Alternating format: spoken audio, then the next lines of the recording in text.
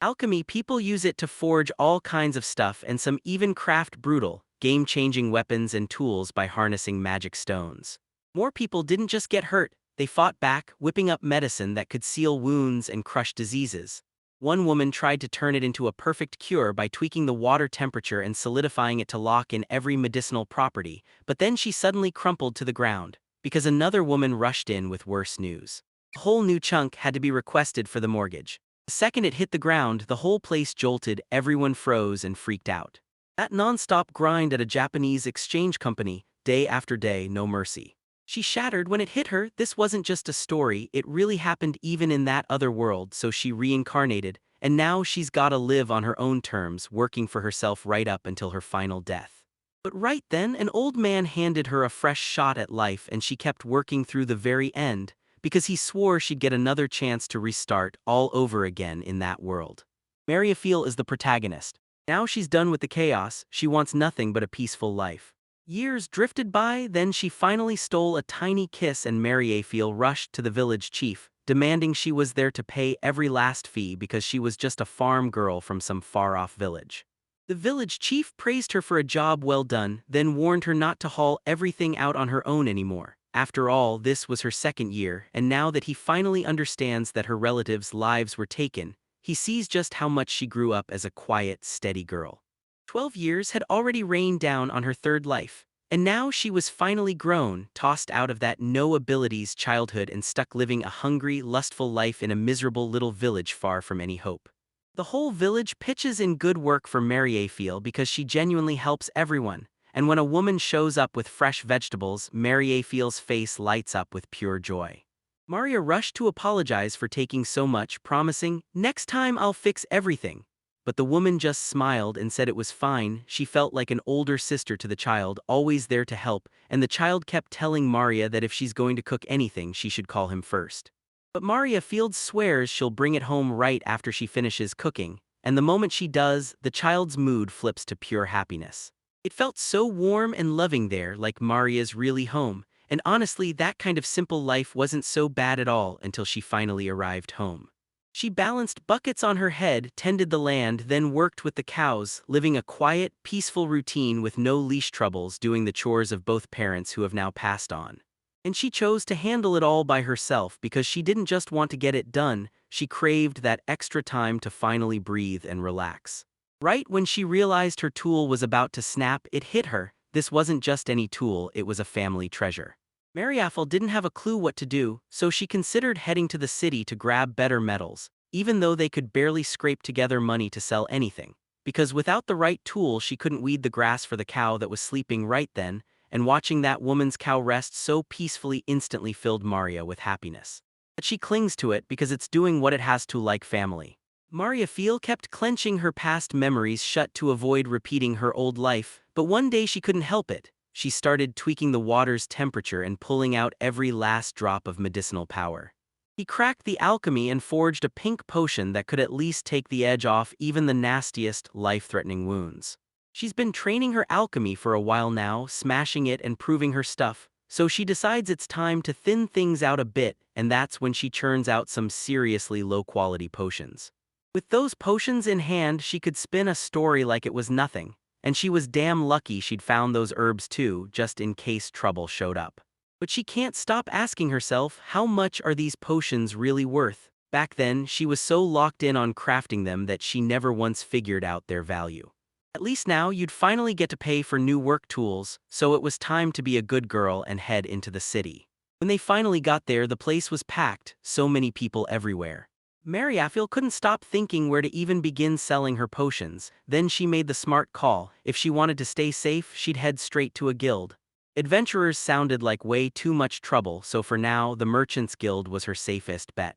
As she steps in, a receptionist greets her and instantly asks whether Maria Fowl is around to sell potions, and if it's her first visit and she's a member, they'll slash all her fees in half. But she decides to give selling it a shot right after that too. She raked in a fortune, 4 gold coins and 8 silver coins, then froze, wondering if the tools might somehow cost 10 gold coins instead. So she decides to check for herself and figure out what's going on. She heads straight to the tool shop, studies the tools, and even the toolmaker points out her sharp eye, then tells her there's just one gold coin and asks if she brought enough money. But then she cringed at how cheap it felt, started weighing whether to stop and grab more stuff, then burst into laughter and kept asking, "Okay, but what would have happened next?" Back home, she snatches a stone and tries to make it sing with enchantment. And honestly, it even felt like the cow was talking right to her, because that magic stone she'd bought when her money was basically gone, Dee had to improvise it with whatever she could get in that exact moment. Now that her tool's power finally lined up perfectly, she went all in, arming herself, then bracing hard as she prepared to use it with everything she had. After he hits every last patch of grass with it, the blade suddenly starts biting through fast, because that attribute was fueled by a magic stone's power. And just like that, everything got easier, so much easier that she could practically juggle the whole farm on her own. But the deal was clear: she'd be taking on work that stretched past death as long as she kept it hidden and never drew attention. Things would work out fine, too. She'd sell more potions next time to boost everyone's living conditions. With that magic stone feeding special powers into her tools, she could make the whole farm run like it was nothing. But right when she needs it most, the tool snaps and shatters again. She can't believe it's happening for the second time. She nearly got killed by the sheer workload, and just as she fights back, the other tools start breaking too. Then it clicks. That magic stone can't handle that much power, so her efficiency plan collapses. Maria Feel won't quit. She turns around and buys a brand new one. But once she took the coins, the shock hit. She realized she'd blown through way too much, and now she still had zero left. So she told herself to wait a bit, hoping she wouldn't have to sell too many things all at once, though deep down she couldn't shake the feeling she might need to go back and try again. So she marches right back to start selling potions and magic stones again, and this time she grabs a membership too so she can sell on a steady basis. There's her membership card, and the receptionist practically pitches it like a dream, saying it makes payments super easy. Then it hits her. She can even check exactly how much money she's got. She finally clocks it. This isn't a little pricey, it's insane money. The receptionist tells her the stone was snapped up for 30 gold coins and the enchantment on it is top tier, almost unbelievable. Then the real question hits. How on earth did that happen? 30 coins for that kind of magic. And if that's already this mind-blowing, then what's going on with the other enchantments she was so curious about? You thank her for the service, but she shrugs it off like it's nothing. Then Mary Field decides to bolt, convinced she's already made a little cash and could rake in even more magic stones, and she even wonders if the toolmaker would take custom orders, while the receptionist just watches, totally baffled. Turns out those magic stones weren't just powerful, they were brutally strong, strong enough to help her read, write, and even decode complicated deals in a snap, and that freaked the receptionist out. She kept pressing the question, where is she getting this?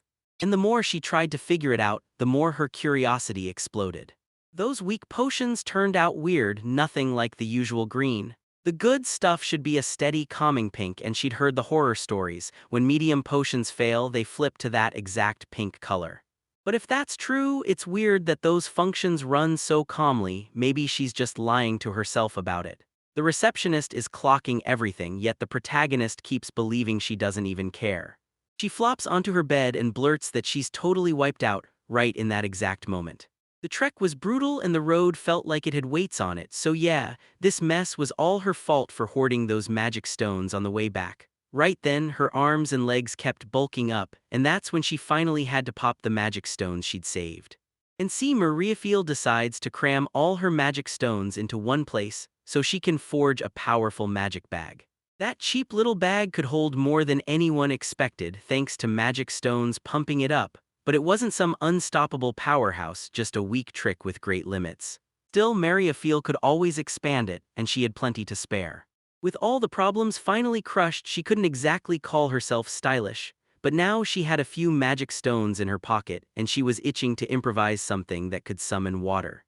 She grabbed a warm blanket or even that saved milk. But now her eyes snapped to the fire because chopping wood was brutal, and she'd rather take from others than sweat through the job, so she learned to tweak the heat and boom, suddenly cooking wasn't hopeless at all. Mary marched to the toolmaker, placed an order for a stove, and once it was finished, she burst out excited. This one is perfect. The toolmaker stared at that giant thing and couldn't believe it, so she finally said, "It's an oven!" And with that look, she could stuff ice and fire magic stones into the slots like it was nothing. Someone slid the ice through the right pipe to crank up the fire, fine-tuned the heat, and somehow ended up not burning the food at all like real magic because the whole yeast went, "This is incredible." And he asks if he can get a bit more help. Maria Field snaps that it's not needed, she's got her bag for later so she'll stash the whole oven. The toolmaker thinks a girl who flaunts a luxury item like a magic backpack. He can't shake the thought that her family might have been swallowed by ruin. Back home, Mariafield rolls up her sleeves, she cracks the egg into the bowl, whisks it up good and gets her cakes ready. The moment she decides to check it out, she spots the gorgeous colors and digs in right away. Realizing it was insanely delicious, she couldn't stop shoveling food, and once sweet potatoes hit the scene, she never once went back to the diet plan she'd promised herself for the day. After she devoured every last sweet, Maria beamed at the thought of making pancakes any time she wanted, and pure joy lit up her face. She was so grateful this could finally happen that she thanked her father and her mother because there was no way she was going to let them down. Then she stared through the window, realizing her days of calm were finally here and that everyone else could simply watch from the best spot anytime. But the moment someone knocks on that door, everything spills. This question is tied to the kids who were there, the letter from the back, and how she followed the smell of those cookies because he's got this plan, and once they uncover the magic items, they'll push her to cook, forcing her to work until she dies, meaning she has to hide the whole truth or watch her peaceful life get ripped away. Then she swings the door open and blurts out, "I'm not eating anything." Right then, a group of men burst in and claimed Maria Field was trapped, utterly and completely. And the protagonist was totally lost until she snapped, "Why are you pushing me for something like this?" The man shot back that she'd been flagged for dodging her taxes and now she'd better cook up some excuse in court, and even Maria Field didn't buy it for a second. The village lord presses her for answers and Maria Field blurts, "I was making too, yeah, and selling medicines or something like that." But the moment the words leave her mouth, she finally clicks, that's what it was. She swears she'll stop at the Lord's house because Maria says she earned more than anyone expected, all by using those potions, and she wants to know where Maria got them and how she ended up making the potions in the first place. He slammed the table and barked at her not to lie, but that's the truth and only the truth. There's literally nobody else in the world, so she can't even come up with a decent excuse. Then Maria Fields tells them, loud and confident, that she'll brew the potion right in front of their eyes, so they finally believe, and the men freeze in place, staring, waiting for the magic to happen. She plucks the flower from the pot, tweaks the water to the perfect temperature, pulls out its medicinal power and locks those effects in place.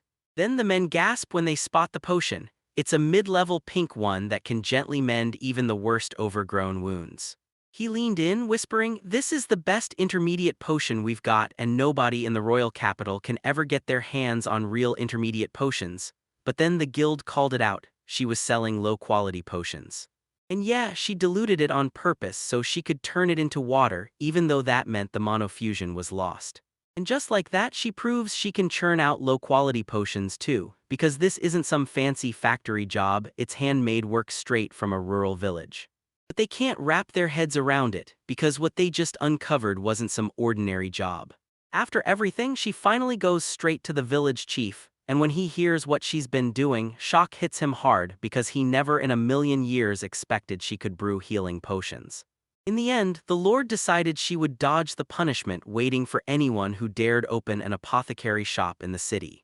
For years, the city's been stuck without a mortgage and there's no fixing it. Through all that chaos, the chief's only worry is her. Maria Field says this is the way it's going, like everything would have to be handed over to her. And they'll even give her an empty shop to use, with conditions that sound downright amazing, so she can live her life there like it's business as usual. Right after that, the cow rolls hard from side to side, shutting it down, Mary included, leaving them with zero comfort. Right then, the village owner steps in and tells everyone, "Don't worry, just hand over the field and the cow to us." Then Maria Field strides out, warning everyone, "Be careful." Right after that, she drops to her knees at her parents' grave, and just like that, the whole village closes in, calling out to pull her attention. "I told them I'd become the village chief and that he'd pack up and head to the city, and they finally understood everything they could take from her like a gift. And I said Maria Field could always come back." Then her aunt suddenly shows up. And Maria feels grateful for every single thing she did, because once her aunt left her behind and handled everything, she just shrugs and says, "Honestly, it was all way easier than I thought." And after her husband died, loneliness hit her hard, but knowing Mary would pass through from time to time made all the difference. And yeah, there was also the kid there. Maria Field leaned in and told the child to listen to every word her mother said. The flustered kid blurts that Maria Field is a total idiot and insists she shouldn't even try to come back. The second Maria feels caught on that the girl's story didn't hold up, she promised she'd come back to visit the moment she got the chance. So that's how Maria felt. She hugged goodbye with everyone in the village, then turned and left. Everything hit so fast and she just felt amazing about it, because now she could finally coast into a calm life in the city, working way less as an apothecary. But the moment she got there, the shop she was supposed to meet her at was right around the corner. Maria Field stepped into this huge 2-floor building and froze. What did they expect her to do in something meant for a 2-year-old? It was way bigger than she'd pictured, and she wondered if she could even set up multiple positions herself. The whole plan sounded exhausting, so she realized she'd need help, something to take the pressure off and keep her from overdoing it again. After chatting with the Merchants Guild receptionist, Maria Field suddenly gets it. She realizes they can craft the contract by using commissions. Maria finally realized their approval came way too easily, so she rushed back home, gathered everything she'd made and went to deliver it, then lined up several potions one after another right in front of the receptionist, who just totally lost track. Realizing she even has a magic backpack, Maria Field smirks and says, "If I had better magic stones, I could forge one with way more storage." The receptionist finally grabs Maria Field's attention, straight up asking if she'd be willing to sell magic backpacks too. Actually, she blurts no, because she wants the main one left in a precarious spot, yet she can't pull it off. She doesn't have the materials, and the backpack's capacity can swing depending on the magic stone's size, so the price could jump massively. Still, she insists she can handle everything, the materials, the prep, even the selling for Maria. Then the receptionist leans in and asks if she'd be willing to start with just one. Maria feels her head and says maybe she can make something right then. After a lot of thanks, they tell her they'll provide the materials as soon as they're ready. Right after that, Maria Field blurts out asking if she can grab some potion materials, and of course they say yes. Soon, they have her delivering medicinal herbs so she can whip up more potions next time, and Maria Field thanks everyone as the receptionist watches her walk out. Then she burst into screams of pure joy, because in that exact moment she realized she'd scored exclusive portions and sales too, and it felt absolutely amazing. Then someone calls out to snap her attention. What on earth is going on? It's the Commerce Guild's owner, and the receptionist blurts out an apology, saying she got completely swept up in the moment. The boss finally blurts out that he heard about magic backpacks. Turns out he just repeated what the receptionist had been talking about. And then a child shows up in the middle of it all, exactly the kind of mess he expects from that person, while the seller nearby adds that it's basically a professor-level story. Her magic backpack already had solid capacity, but she casually claimed that with stronger magic stones, she could craft even better ones. And at that point, magic backpacks were rare as shadows, so when people saw her making high-quality packs, they immediately realized they weren't just holding gear, they'd stumbled onto a real gold mine. Then the receptionist promises she'll pull the best materials for that girl, and the boss shuts it down with a quick, "Yeah, it's fine." Right, and later I swear he never saw it coming that even a receptionist could pull something like that. The seller fires back, saying alchemy is packed with secrets no country even fully knows, and that they'd pegged her as just a simple mortgagee. Then he adds, like it's obvious, an apothecary isn't only for potions, they can craft magic items too. From this moment on, they've got to report everything they did for their own reasons to keep moving forward, because right there, they're going to start cooking up alchemy materials. The boss sat there wondering if she could keep being an apothecary for generations, but then that girl showed up, and suddenly it felt like she was more than the boss could ever contain. Right then Maria Field clutched the leaves and horror hit, she realized they were already dead. Those herbs were useless and the traders didn't even know how to store them, so Maria Field has to grit her teeth, roll up her sleeves and push herself for extra effort. Because if she wanted those herbs, she'd have to hunt them down all by herself. She decides to charge straight up the mountain, so she can figure out why these herbs climb to such insane heights, and then later track down a spot nearby where she can grab them again. Right after that, when Maria Field glances to the side, she spots a bear nearby. Of course, it's exactly what she expected. She finally tosses her cloak aside, grips a real magic weapon and says it's go time to put it to the test. The bear charges straight toward her. She rips into a direct counterattack, lands the hit hard enough to smash it completely, and in that moment she realizes this weapon is absolutely insane. She lit up when the toolmaker asked her to build that kind of thing, and even though she was small, she craved something that could reach farther. So she chose a weapon shaped like that, stacked 2 magic stones on it to boost the power, and unleashed electric attacks with it. Now she finally unleashes everything the magic stones can give, and when the bear locks eyes on her, it realizes the truth. Maria is pouring out an extreme, overwhelming power in that exact moment. It shoots straight from her weapon and finishes the bear for good, no coming back ever, ripping a hole straight into the bear's neck. All she knew in that instant was this: she'd been reborn. Alchemists had to grab materials from dead danger zones. Her master drilled that into her. Before, she'd chased more magic stones too, but that guy, he needed to be dismantled. Maybe she'd hand the remains to the Adventurers Guild, then stash it safely in her magic bag. In the second she starts tracking down her medicinal herb. Herbs swayed in that flower-filled field, like the whole place was breathing. She reaches out and grabs them all, then stops cold. Every single one is bone dry. So she hustles over, snatches a basket, and scoops up all her herbs, muttering that they'll be perfect for a medium-level potion until she spots something that doesn't fit. Maria feels spots a moon herb she never thought she'd find. Heck, the quality is unreal. This untouched patch is so pristine it feels like she's never seen land like it before, not even in her past life. She can't help wondering what the other mortals are up to right now, and then her crackling begins to flare up. Maria Field decides to make a quick stop, pulls her oven out of her magic backpack, and whips up a steaming, mouth-watering soup before the journey continues. While she's reading, she spots how damn good that bread tastes in the soup, like it's been paired perfectly with that monster meat from before, and she immediately starts craving magic weapons so she can preserve those monster meats the right way.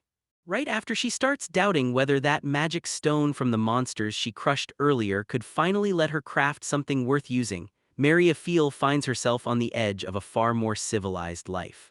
As dawn broke, she sprinted to the Adventurers Guild and shoved the bear's whole body in front of them, begging them to tear it apart completely. That was a huge hit, and there was no way she could have taken it by herself. She swears that's exactly what went down. The man breaks into laughter and fires off a question: what on earth could drag a child to a place like that? Right after that, she blurts out that she can cover the dismantling fee using a Commerce Guild card, so the man is totally stunned. She's barely old enough to even be in a guild, yet she's already a member. Then curiosity starts to spark in him, and he tells her he should grab a drink once everything's done. The girl simply says thanks, and they're left wondering why adventurers always act so weird. Right after that, she should have joined the guild too, so he rushed the papers over so Maria Field could fill them all out, and once she finally got some time, exhaustion hit hard. Bathroom with a hot bath sounded like heaven until she noticed someone was watching. So she spun around, convinced she was just losing her mind and imagining it all. Right after all that, with no nearby mansion in the Merchants Guild in sight, someone suddenly ends up face to face with the boss, ready to deliver a message that definitely won't be missed. The guild boss leans in and asks, "Was it about what you said about that kid getting mortgaged?" Then snaps, "And you think it was fast?" Butler promises he'll read it. Then the apothecary on the other end could be the kind of rare, valuable asset the Marquis needs, and even the nation too. For now, her skills will sharpen and prove she can guard and keep eyes on everything, because that's the message they're selling, yet the boss can't even believe they're talking about something that could impact the entire nation. For him to even talk about something like that felt like a huge responsibility, but who would sign up? Then the kid's shadow showed up and the Marquis had already moved first. Just then, who the heck was watching Mary like that? It was the Sword Saint, feared by all and forged for legend. With the Commerce Guild, she can finally make payments and see exactly what money she's got, until she realizes something's seriously wrong with her funds. Looks like he's sitting on a mountain of cash, or at least, that's what it seems. The potions she sold last time drained every last drop, and she even burned through all the herbs to make it happen. But now she's got to use that money smartly or the economy won't survive. Then the Sword Saint leans in and demands, so a kid like that can really pull off alchemy. While Mary Affle was shopping, she marched straight to the toolmaker and demanded a refrigerator she could use right there in the bathtub. He says a bathtub might be a pain to manage, and she shrugs, saying it's probably because it's insanely huge. Yeah, times are pretty good right now, but there's no need to stress over the price. But the tool maker shuts that down. Iron or not, it'll oxidize fast, and before you know it, everything starts breaking down piece by piece. Then she starts wondering if there's even any metal that can handle water, and suddenly Maria file locks onto a memory she forgot all about. If she can pull off the oxidation resistance, she'll probably handle the rest with a calm head, especially since she already has a strong reason to lean on that metal. The toolmaker can't help but see it as a huge offer and can't stop wondering if she'll actually go through with it. Right after Mariafiel says she can borrow the ores nearby, he tells her it's fine, but warns her not to get comfortable with it. Meanwhile, the masters could step away and just watch the girl do her moves. And right after that, Mariafiel decides to shut down the extraction of chromium iron completely. She fires up her synthesis, churns out the metals, and immediately orders the toolmaker to forge with every last one. Then the swordsman blurts out, "Wait, is that alchemy?" While he's still stuck on how in the world to report something like that, Maria blurts it out. It's insane. She used alchemy to make the iron rust-proof, swapping the components just right. The toolmaker couldn't believe it because the metal went calm and steady without a single burn of heat. She says it was all in the extraction, and the fine-tuned less she used, then she tweaks it with her own alchemy powers. But she can't nail every detail perfectly, so she hands it all to the toolmaker next. Then she drops the price, about 20 gold coins, so yeah, she needs you to be painfully patient. The toolmaker still insists the girl isn't a mortgagee, and honestly, she's even more magical than that because watching her pull off one unbelievable feat after another was pure magic. Maria Field snaps that there's no way that happens. She swears she'd drop dead from the workload if she tried anything like what the toolmaker was pushing, and that hits her like a lightning bolt, because it also reminds her she totally forgot the mission she accepted to make magic backpacks. Maybe it's time she finally checks what's going on, plus she's grabbing empty pots so she can brew the next potions. Right after she dashes to a nearby shop, she grabs the materials to forge those magic backpacks. And while that backpack is ridiculously pricey, even the magic stone screams top-tier quality. Mariaffel starts wondering if there's something she can repair, so she slips into borrowing the same one for a little while. Then it slams into the expansion enchantment, boom, and its capacity jumps to 300 cubic meters, basically 10 full carts. And the receptionist can't help but notice how weirdly calm it all feels, so she asks, was it really that easy? Mariafiel swears by that. Just the other day she picked up herbs again and even stumbled on moonlight herbs, saying that mixing them with extra healing herbs makes everything hit harder. She ups the ante, using sublimation on the synthesis and unleashing quadruple water magic. Then she fine-tunes the temperature and adjusts everything until it clicks perfectly. She can whip up advanced potions, like that blue high-efficacy brew that can slam even the most brutal wounds shut. That was an advanced potion, and the receptionist immediately spotted it came straight from Marifi. Tell her to be careful. And the receptionist screams for the guildmaster, who tells her not to shout while she's clutching merch that could ruin it, and then he's left staring like, wait, what was that blue thing? Was it the regular receptionist or something? And Maria Field still stormed right up in front of everyone. She pulled out a backpack that could haul the weight of 10 carts, stocked it with top-tier potions, and used the power of analysis to prove it all at that exact moment.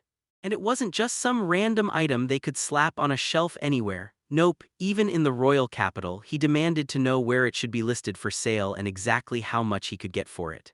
Right after the Sword Saint, he blurts out that Maria File is definitely an alchemist, because how else could she crank out all those items? Then the truth hits him hard. People start banning it, and no one can just keep using it like nothing happened. She was out there making nobles in some other region, yet anyone could still snatch her and drag her to other nations too, so they'd better trust the Marquis's call. Meanwhile, in the royal capital, the whole city was already buzzing with trouble. They were hawking the potions Maryfile cooked up, top-tier stuff, and then hit everyone with the real shock. A rare item that no one had seen on the market before, priced to start selling at 10,000 gold coins. People kept throwing out numbers like 20,000, 23,000, even 40,000, and it was the first time anyone had ever seen potions level up like that. Boost was real, and with the power to observe, there was a certificate that was hard to believe. The Lord shoots his hand up and declares he'll pay $150,000 for it. It cost triple the normal price, and somehow it was still a family member who got it, so yeah, they didn't have a choice, they had to start preparing right away. That crazy advanced potion promised something unreal, repairing even torn-off body parts, and the nobles basically swore it was worth hoarding forever. And that means he takes every item right away, with real care behind it. And the second he gets the boy with him, he stares straight at the potion, then asks me to show my hand. And that's exactly what the boy does. Those missing fingers really were the truth, and they should all snap back at once, until the man panics and hurls every last bit of the potion onto the boy's hand. And just like that, the cure hits instant and unreal. Honestly, I couldn't even believe it. Nobody could wrap their heads around how something like that was even possible, and honestly, the legendary magic backpack sat there like a national treasure, capable of holding the weight of 10 full carts. With that deal in place, they finally had a way to move a mountain of good things in one shot, so they started tossing around numbers like 100,000 gold coins, then 200,000 gold coins, and they knew they had to keep it all locked down smartly. The Lord even admits it, this sudden appearance isn't something you'd ever see out there like a normal market item. But if someone can do that, they're already hiding the truth, so go investigate right now. Maria settled into a quiet bath in her little corner, because honestly, it was the only piece she could grab. She flings fire magic at the metal to heat it up, breezes through the rest, and figures it'll cool down nice and easy, while he punts all the hard work to later, and the whole setup ends up looking more like a giant boiler than a bath. So yeah, they've gotta get ready to grab the shampoo, but she can just make the soapstone herself using her own hair, no help needed. And after the bath, she insists taking that cold water did her good. Building that refrigerator was totally worth it. She needed to trap the cold, because there was nothing better than fresh milk and chilled water, and this was the kind of civilized life she was finally living. And from that moment on, she was stuck working nonstop whenever she ended up alone, but now, at last, she could breathe and live in peace. Life felt fragile, and Maria feared she might have to grind herself to death again, especially since everything was getting worse even without her anxiety kicking in, so she decided to take a calmer path, mixing potions and stretching life a little slower, until the door suddenly got knocked on. It's the Sword Saint ordered by the Marquis, and Maria Field has to follow him without hesitation. Maria Field stares in disbelief, blurting out what's going on, and then wonders if this is the kind of mess they pull for unpaid taxes. Then she blurts out, "You're the one who's been watching me from way out there, right?" Maria Field snaps that she ignored him because he had zero clue and no plan to hurt her, and honestly, it's wild that someone like that could get noticed in the first place because it still taught her plenty. Right after Maria Field asks if he's someone they want kidnapped and drops that name, Marquis, he just shrugs and declares himself a legitimate king. And it proves the emblem for real, showing he's the genuine deal, no faking it. That's honestly impressive because you can tell he understands how nobles play. Then he suggests there might be a reason someone gets thrown far away. So she climbed into the carriage, ready to be whisked away. Mary A. Field was left paralyzed, and the moment it happened, she blurted that maybe she'd misunderstood everything. She's under the Marquis's protection right now, so nobody's getting to snatch her or hurt her again. Maria couldn't stop wondering why someone would protect her at all. But she thought it all clicked right then. She pulled off top-tier alchemy with nobody even noticing, mastered powerful potions too, and somehow even got her hands on rare backpacks. Hold up, wait till you hear this. In the capital, they sold a single backpack for a whopping 650,000 gold coins, and she just can't wrap her head around it. Like, how on earth does something so simple fetch that kind of cash? Of course, she's playing by her own twisted logic. It wasn't even a real top-tier potion, and that backpack can't hold even 1,000 square meters, so how was he supposed to stay full by doing something like that in the first place? Then the swordsman drops a bombshell. Nobody alive can do what she does. Maria Field snaps, asks what he meant, and he repeats it word for word, insisting that no one in the world can pull off something like that. That revelation hit her like a bolt out of nowhere, pure shock. She discovers that the secret alchemy for insane potions and supercapacity backpacks is gone for good. Then she whips around and asks what he was even talking about. Back then, people demanded potions, and the work spiraled so hard it turned near into slavery until every alchemist was thrown into the grind. They keeled over one by one from exhaustion, and in the end, none of them were left alive. Then she starts wondering, was it that long ago? And thinks she'd have been reincarnated right after she died before finally asking, so, what time are we talking about? And yeah, it felt like it was over 1,000 years ago. God had to explain it with extreme care because if they just tossed it out like that, the archives of knowledge and appearance they passed down would vanish forever and couldn't be remade. So the demand was all they had left, and that's why the potion's prices shot up to insane levels. Now the alchemy gold the royal capital had been guarding, the powerful nobles were diving into it, pushing for instant stabilization, refining the expansion quality, and hunting down the exact methods to make it happen. Then she starts wondering, can she really craft advanced potions without the master? And realizes this has been over 100 years. Right then, the Sword Saint leans in and asks if she's actually only 12, and he makes it clear this isn't a joke. What she can do could still matter a lot to the nation. She says it's fine, she doesn't mind leaving her own little mark too, because if she can get 3 meals a day and sleep every night, then yeah, everything's alright. She'd always craved a quieter life, one that finally felt calm. When the nobleman finally steps into the mansion, he blurts out, shocked and impressed, that Mary of Feel has traveled all this way. She tells him it's an honor to meet him, then before anyone can blink, she reveals her real plan. She's ready to work for him. Her eyes sparkle as the marquee blares, like it's hinting this whoreface can worm her way in close. So he could have brewed potions there and handed them over on the spot, but turns out he didn't even need to. The sign promises that from this moment on he'll keep her safe no matter what, so she needs to stay calm and focus on the task. Once she clocked what was happening, she leaned in and said she was absolutely honored. Then she leans in and straight up asks the knight where she's supposed to focus, because she barely has anything to research at all. And the crazy part is, people don't understand what's really going on, so the rules have to be lawful and followed, but that's not something a 2-year-old girl should even say. And still, he's already trying to jump right over it.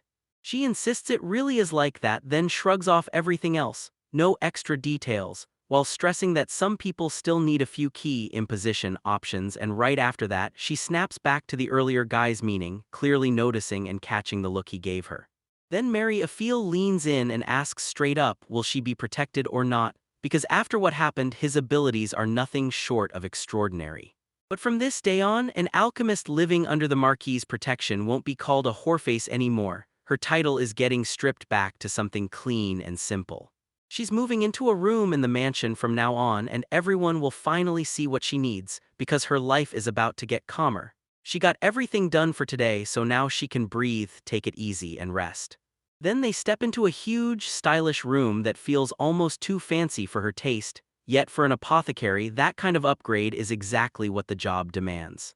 Now, yeah, there are a few more things, and this is the part where that yes flips the story and makes it clear she doesn't understand at all, because she's standing there being addressed as Master Morgagi. It wasn't like a 1 or 2-year-old girl had to understand much, so he could say her name calmly. Then she tries to play it extra cute, while he promises he'll grab the food too and get her attention the moment it shows up. Right after that, they rush to speak to both mansion owners and lay it all out about just how dangerous this swordsman really is. He presses her on how the mortgagee could be fine when the Sword Saint swore there wasn't a single problem, and she admits she just doesn't like formal stuff, prefers to be called by her name, not titles. He said it was exactly like that and that earlier she'd already warned him. It was the only choice that mattered, so nobody had to overthink it, no need to act formal with anyone because they were going to be happy together. So you're hoping he'll be great, and when she says she doesn't mind grabbing a few things along the way and that it really matters, that's exactly what they're both chasing.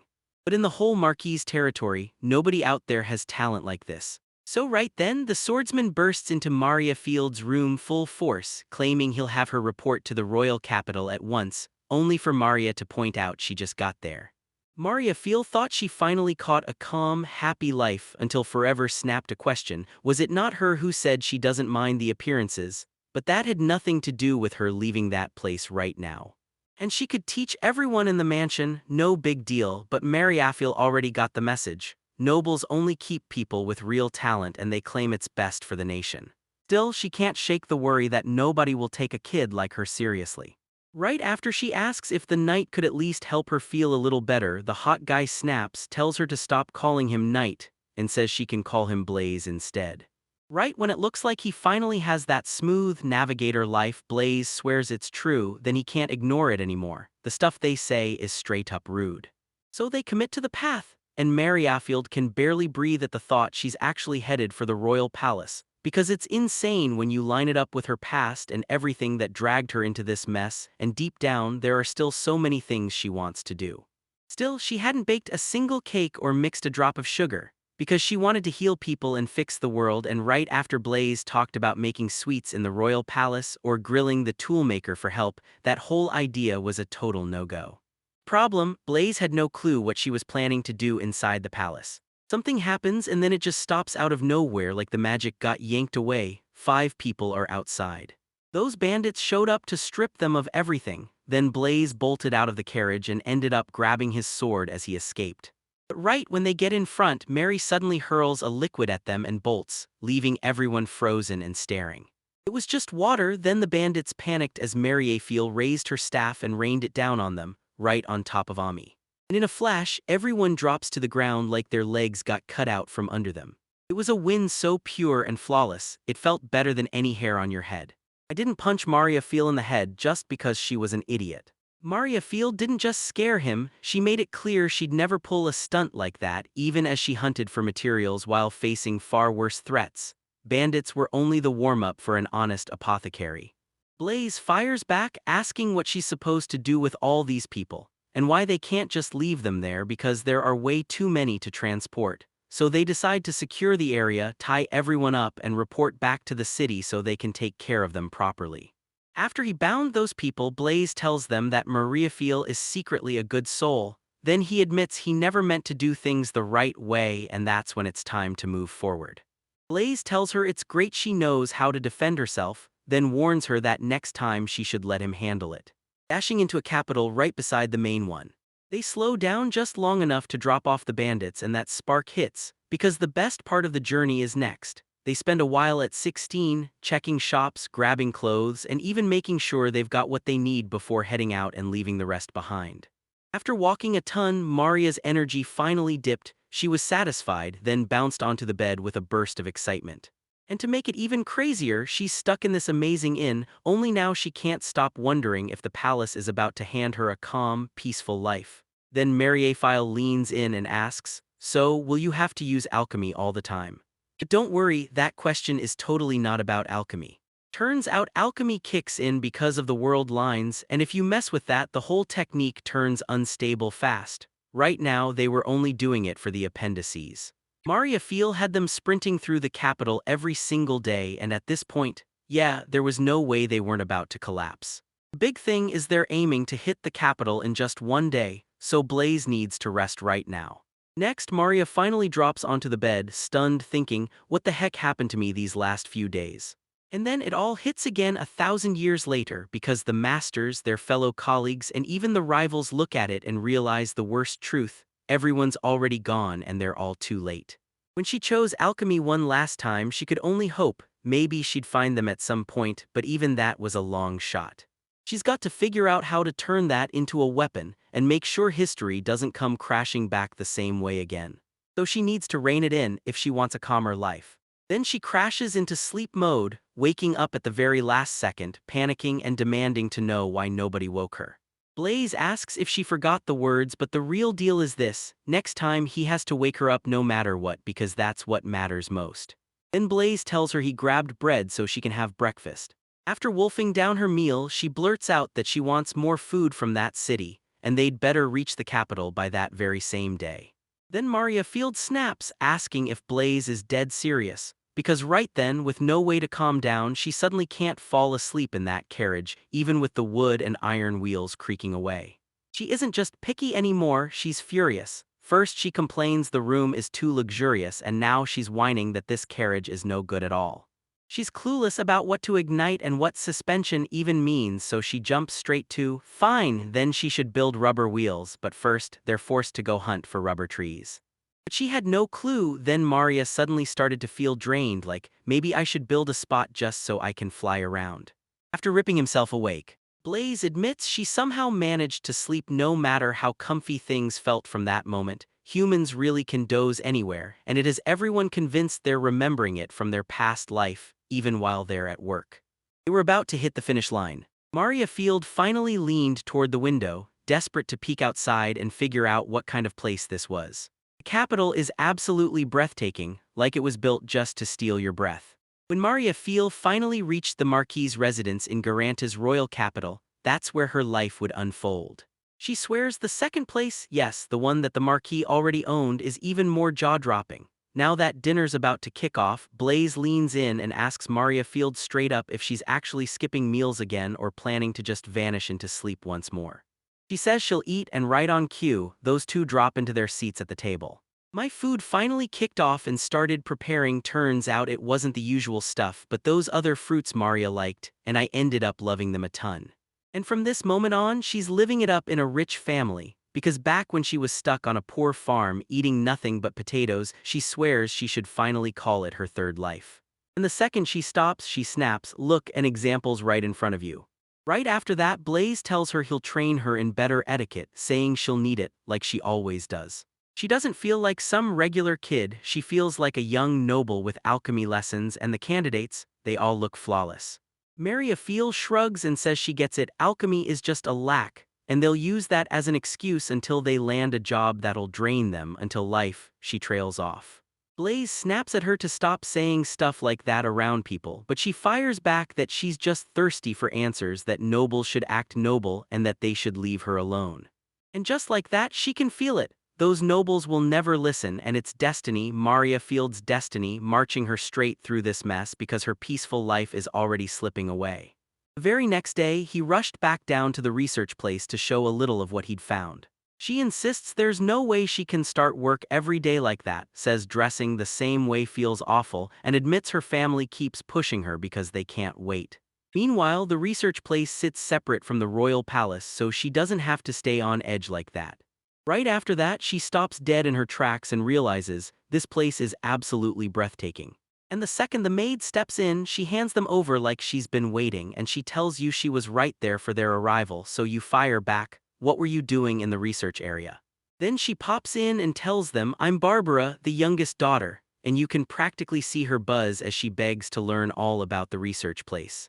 She ran the whole place, and because the family demanded it, they kept pushing word to the territory's main alchemist. Maria finally comes in, introduces herself, and convinces everyone she can wait just a little. She claimed she was clearly born into a noble family, and promised she'd still bring the leader along, so Maria freaked out, because the maid's words matched the rumors perfectly, which made it obvious they were setting up the whole laboratory demonstration. She pushes through the door and starts showing off. Every single ingredient for the potions is already there, ready for her to grab any time she wants. She pauses, gives it some thought, and asks, "Do you have moonlight herbs or spirit herbs?" But the maid blinks in total confusion and admits she has no idea what either one even is. Then the woman says they can use the proposed traits and hunt for anything, and Maria Field lights up, "That's fine." But the second the words land, she's already plotting high-quality potions. Blaze asks if she can really brew high-quality potions, and tells her she can research it. Then the woman instantly gets totally swallowed up and lost in her own thoughts. Then she hands him water and a key, telling him she'll let him into the lab anytime he wants, and that she'll be there no matter what. Maria Fiel grabs Blaze by the moment and begs him to stop carrying that constant tension like it's about to snap, and warns that everyone's noble, and that truth is going to crush you with exhaustion. Right after that, she kneels to inspect the herbs she's got, claiming she can probably brew intermediate potions, but Blaze remembers what she said earlier. She needs moon herbs, spirit herbs, and everything else to craft something truly high quality. Sounds easy until she snaps that it's not, because she'll need the synthesis board to make it work. Blaze blurts, "What was that?" And she points out, "I mentioned it earlier, you're supposed to have noticed it too." Then she tells him it's something she pulled off at the Commerce Guild, the very thing he'd seen back at that moment. At that moment, she just tapped the synthesis board and cranked up the speed, perfectly turbocharging the advanced potions that demanded double synthesis. With that, she surges even faster, turning that single moment into 4 or 5 results. But he keeps insisting she's way too big, and an alchemist always has to chase efficiency, because the calmer life she wants tomorrow starts right now. The more dialed in you are, the bigger the results, but the moment you get comfortable, work starts throwing curveballs your way, so she claims she can still pull everything out. Right after she says it, she snaps that the herbs look horribly low-grade, like she could never brew potions of that caliber. And when the potion results start changing and shifting right in front of everyone, she realizes it's because the batch was built from the materials she prepared herself. If she's chasing the common-inducing ingredients, she needs to keep them from drying out the instant alchemy kicks in, because the only thing that matters is locking in the absolute best quality. But he shoots a question: why doesn't she add how to store the items too? It's a great idea because for the moon and spirit herbs, they've got to lock in the freshest possible ones, so of course she tells him she'll go ask the receptionist. At the reception, she blurts out, "Was that really the place?" And the woman immediately asks, "Something wrong?" Then he's totally thrown off the moment he sees those top-tier and mid-level potions, because Merryfile wasn't just messing around. She set up an example to show how fresh herbs connect to high-quality equations, and it was insanely helpful, so she should leave that kind of thing right there at the reception. But she snaps back, saying no, and warns she'd fight back, so it's never okay to leave it in the same form that most of the others did before. Now Blaze tells Maria that she's finally starting to realize how idiotic she was in that moment, and she's slowly getting used to everything. By the end of the day, they finally squeezed out a few wins and made some stuff way more useful, but they still need one more big push because the real plans are already lined up. Blaze told her she'd be fine, she could just sleep through the pain like last time because exhaustion was the only reason she managed it. But getting hauled around in a carriage every single day, that grind was depressing, so her only real move was to go as fast as possible, cut the travel time, and even craft speed magic stones without needing much power. Still, now that she's trying to build her magic with her own hands, she's choosing fire instead because she wants a calmer life. Then it hits her, memories crashing back, and Blaze blurts, "What did you find?" She finally figures it out. She can build a carriage powered by magic stones, no horses needed, but to make it work, they'll need the technology to forge way more precise parts. Blaze doesn't know what Maria's really aiming at, but the royal capital is packed with craftsmen who can do it. And if she wants a toolmaker, Blaze already knows the perfect guy for the job. So yeah, they should head out and go shopping right now, because if it works, she could build boats, train tracks, and all kinds of wild things, turning it into a full-on industrial revolution. They rush into the tool shop, and the moment it clicks, they realize his name was Ted. Then he fires off a question to Blaze: was he here to get maintenance on his sword? It had been ages since they'd been living like this, and the guy running the kingdom's domain was on the hunt for a seriously skilled toolmaker. Maria Feel steps in, introduces herself, and admits she'd been waiting for someone like that. Before long, they lock hands and both go, "No way, we didn't expect you." But right now, Maria Field has to scramble for several magic items to save the city, like, tonight, no delay. She wanted to track down the toolmaker and beg for help to build something like that, because staring at those blue trees, it was obvious she wasn't ordinary, and it looked like she'd been testing all of this long before. Still, that would have felt way too calm for him, like walking away without a fight. Maria Field says she's got a spear built for high defense and asks if she can get maintenance. He claims it's a fascinating piece, but he still can't wrap his head around why an alchemist would need something like that. She tells him she needs it too, because when she ventures into dangerous places, she's going after herbs. Right after Blaze asks if she honestly didn't file a research request to gather herbs, she finally admits she did. Then once she steadies her thoughts, she can't keep her hopes up. These people are unreliable. Moon and spirit herbs usually sprout near dragons, and the toolmaker presses her. Was she really plotting to fight and recruit adventurers at that hour? If she wasn't serious, then forget it. To gather those herbs, she'd need to be a top-tier alchemist. People call it ridiculous, but somehow they still need something like that. Now she clocks the durability and realizes she's staring at a pile of gold coins, because they're scheming to bring that dragon back, and Maria Field swears it could help them way more than they ever expected. And now he asks her to forge that sword too, because she's sitting on a fat pile of cash from all those sales, and she wants it made without any limits.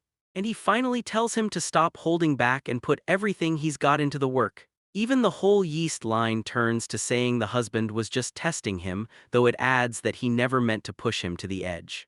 So yeah, it turned into a big showcase. Everyone had to bring out the best work the toolmaker could make. Mariaphil claimed they could craft the finest magic stone already out there and fuse it with anything, but Blaze saw something even crazier. The whole yeast and Mariaphil just clicked instantly, like they'd been meant to match from the start. At the end of the afternoon, as Mariafield walked away, she clutched 2 magic stones and demanded to know what on earth was going on. And she even ditched the first plan to craft that sword earlier, convinced she'd figure out someday why she wanted it so badly. Because no matter what, throwing money into the economy always drags up a mess. It's not like a 2-year-old should be thinking about style, but she was bursting with excitement to finish it, and Blaze could finally smile too. Honestly, Blaze was just as thrilled. And then he finally made it back home. They're left spinning ideas in their heads, but it all falls apart. No moon herbs for her, not a single one. So life turns into grind after grind, whipping up intermediate potions until they're basically running on borrowed time. Then Blaze leans in and asks, "So that's the calm life you wanted, or did you still crave a little happiness too?" All he cared about was what lay ahead, crafting a stronger weapon, so he somehow carved out a peaceful life until the maid burst in and snatched Mary Afiel's attention. It looks like that problem was going to blow up in her face. Then things got worse fast, and the disciples showed up on the way there. Even the court's daughter was headed there, and Maria Field had to be ready to get home, because this whole thing hit her out of nowhere. And now they're asking, wait, so what happened to the yes and yes? But they should have checked with her way earlier, because once she hears this, she can't take the whole situation seriously anymore. Those disciples carry a heavy, uneasy vibe. Then she sucked in a shaky breath. She leaned in and studied every face ahead of her, praying this whole thing wouldn't go sideways. Mary Afiel, standing before her disciples, steps forward and warmly welcomes him, then asks if he already knows her name. But she answers straight to the Marquis's orders as his top alchemist. The three fell silent, and it matched her every hunch perfectly. Then the maid blurts out that Maria Field may be young, but she's still carrying the crown for building advanced potions, so everyone should bow to her like she's a professor. Right after Mary Afield lights up because he picked someone to be up front, they all start introducing themselves one by one. Alma never saw this coming. Her master turned out to be younger than her, and the flustered young guy was named Laylee. But the second she steps up to introduce herself to the third boy, he snaps and shouts over her, saying, "An ordinary girl can't make potions at all," and Maryfile gets so fed up she starts boiling with irritation. Even brewing top-tier potions was brutal, yet she somehow churned out advanced ones, and that's exactly why that boy had to grind for years just to get medium-quality potions, leaving Maria fuming. "Eduardo's the name." Then the maid blurts out that Maria Field really was amazing, and he shoots back, "I'm not just repeating stories, I've seen it firsthand," because alchemy isn't the kind of thing you can grasp at a kid's age. Then Maryfile digs the proof out of her bag, snaps that it's all a huge waste of time, and demands to know if they really needed it in the first place. Eddie insists he shouldn't have any high-level validity for something like this, but the potion is already here, and it wasn't even supposed to be made until first. Now Eddie can't shake the thought that even top-tier nobles might not be able to pull off something this rare. After hours of studying, they finally drop their doubts, talk it out, and realize they're both chasing the same vibe, so they figure they can finally roll up to the main game. Mary Afiel steps outside, pauses for a beat, and then declares she'll check each one's responsibility, so everyone can judge, get their shot, and nail the knowledge transfer ritual.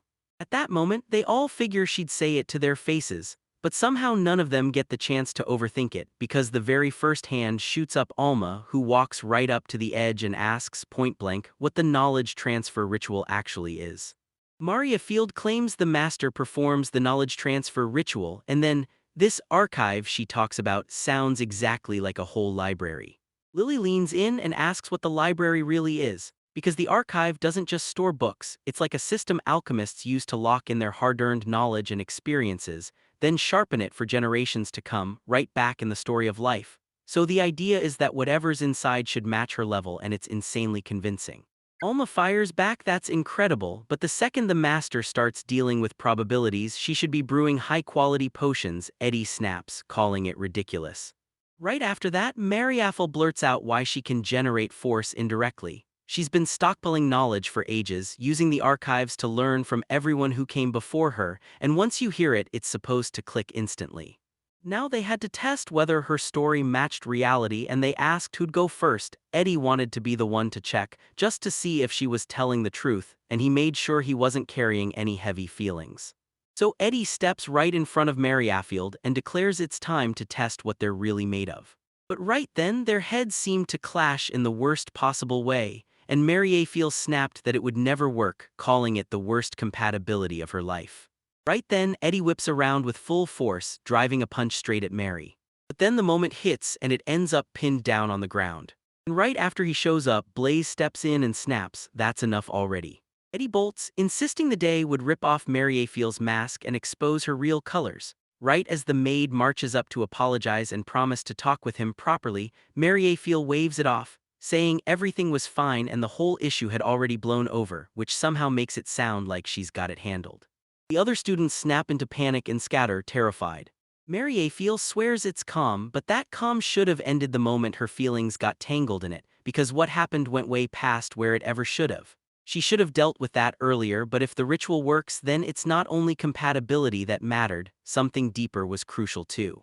Normally, this ritual only happens between blood relatives because the natural resonance hits way harder, but once that was spoken, the odds collapsed, and that's why they're complete strangers. But there are a few exceptions, so the students lean in and ask, "What happens to us?" Maria's master didn't share blood with her, but somehow he still nailed every mutual understanding they should have never had. So if the resonance lines up, they finally get their shot. Now they can craft better options from here on out, and yeah, that chance could play out perfectly. So everyone was totally fine, like perfectly fine, while the master, adorable like Mary, insisted that this gentle form was way better than letting some scary lelly take over. And yeah, he said he'd be fine too. But they're thrilled, and the fact that she's adorable is basically the whole reason. Laylee can't stop thinking he's the luckiest guy alive, because that huge opportunity is right in front of him. His eyes suddenly blaze with intensity because once he became an alchemist, he'd finally be able to save even more people. And in Maria Field's eyes, Lely, the little boy, is her master. He blurts that it's fine and they can finally kick things off once they manage to synthesize. They're nodding at each other like, "Yeah, we get it." Laylee pushed through and somehow got even more compatible with Maria Field. He practically buzzes with excitement, grinning as he demands, "Tell me it's true, was it really?" While everyone's convinced of it, Maria Field swears his resonance is almost identical to hers, and she says the archives can be passed. So Lily could stay with her for a while. Once they finally chilled out together, they'd go for the ritual. Right after they decide to grab a quick bite, Maria tries to feed Lily, until he snaps back that he can eat just fine by himself. But if he didn't want to feel ashamed for taking help, he'd have to force himself to accept it, so he said, "It's totally fine." Blaze snaps, asking Maria why she wasn't trying to push things forward, how they went from one night straight into the next day, and it's obvious the husband was trying to make it happen, but Blaze's irritation still hits hard, even though he's totally blocked. Trying to barge in like that is the real disaster, and the next guy who makes that mistake is going to regret it fast. Maria Feel moves carefully and still doesn't get the reaction she's looking for, so Lily asks if it's okay that he's being treated so gently. And now he's gotta win Maria Feel's trust, but he's clueless how to even do that, and Maria Feel just tells him to stop stressing about it.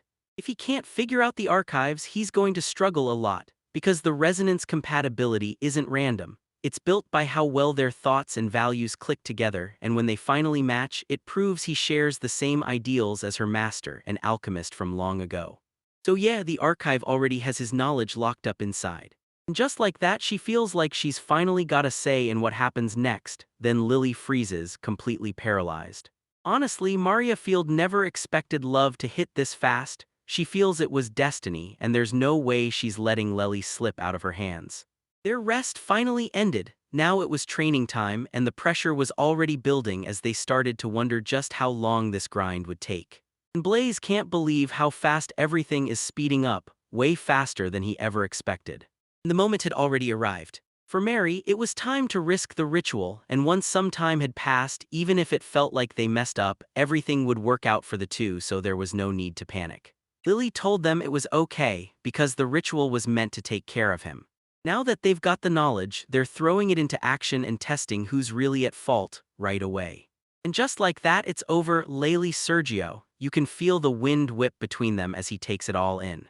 When I finally opened his eyes, he could see books stacked all around him like they'd pulled it off on the first try. That was the archives. It was supposed to be a nightmare without any blood connection, but somehow they succeeded. Then they should have been thrilled because the knowledge kept stacking up, wave after wave. It felt weird, like the master's presence was right over his shoulder.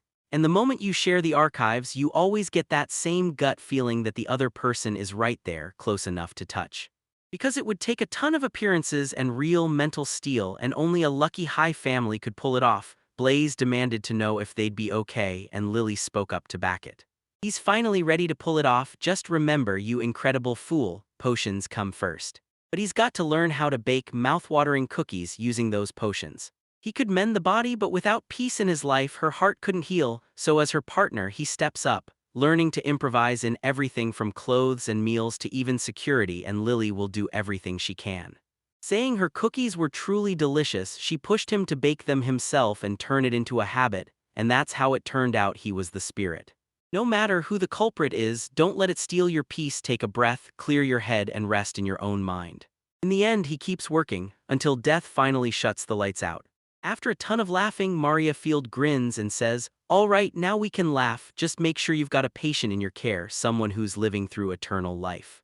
So Lely and the future apprentices won't copy the old alchemist's mistakes, and as long as those desires get handed down, everything stays steady. Arya's face lights up with a real warm smile. Saying that she was there all over again would kick the history of alchemists right back to the start. After all that brutal training, Lily finally starts to feel the exhaustion creeping in.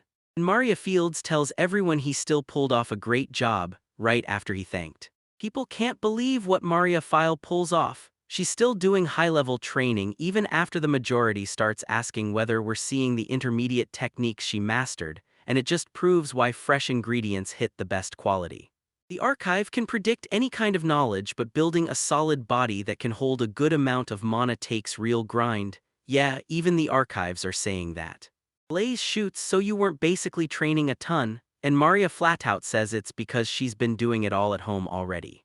To become an alchemist, you had to survive brutal, non-stop training and even develop a staggering defense.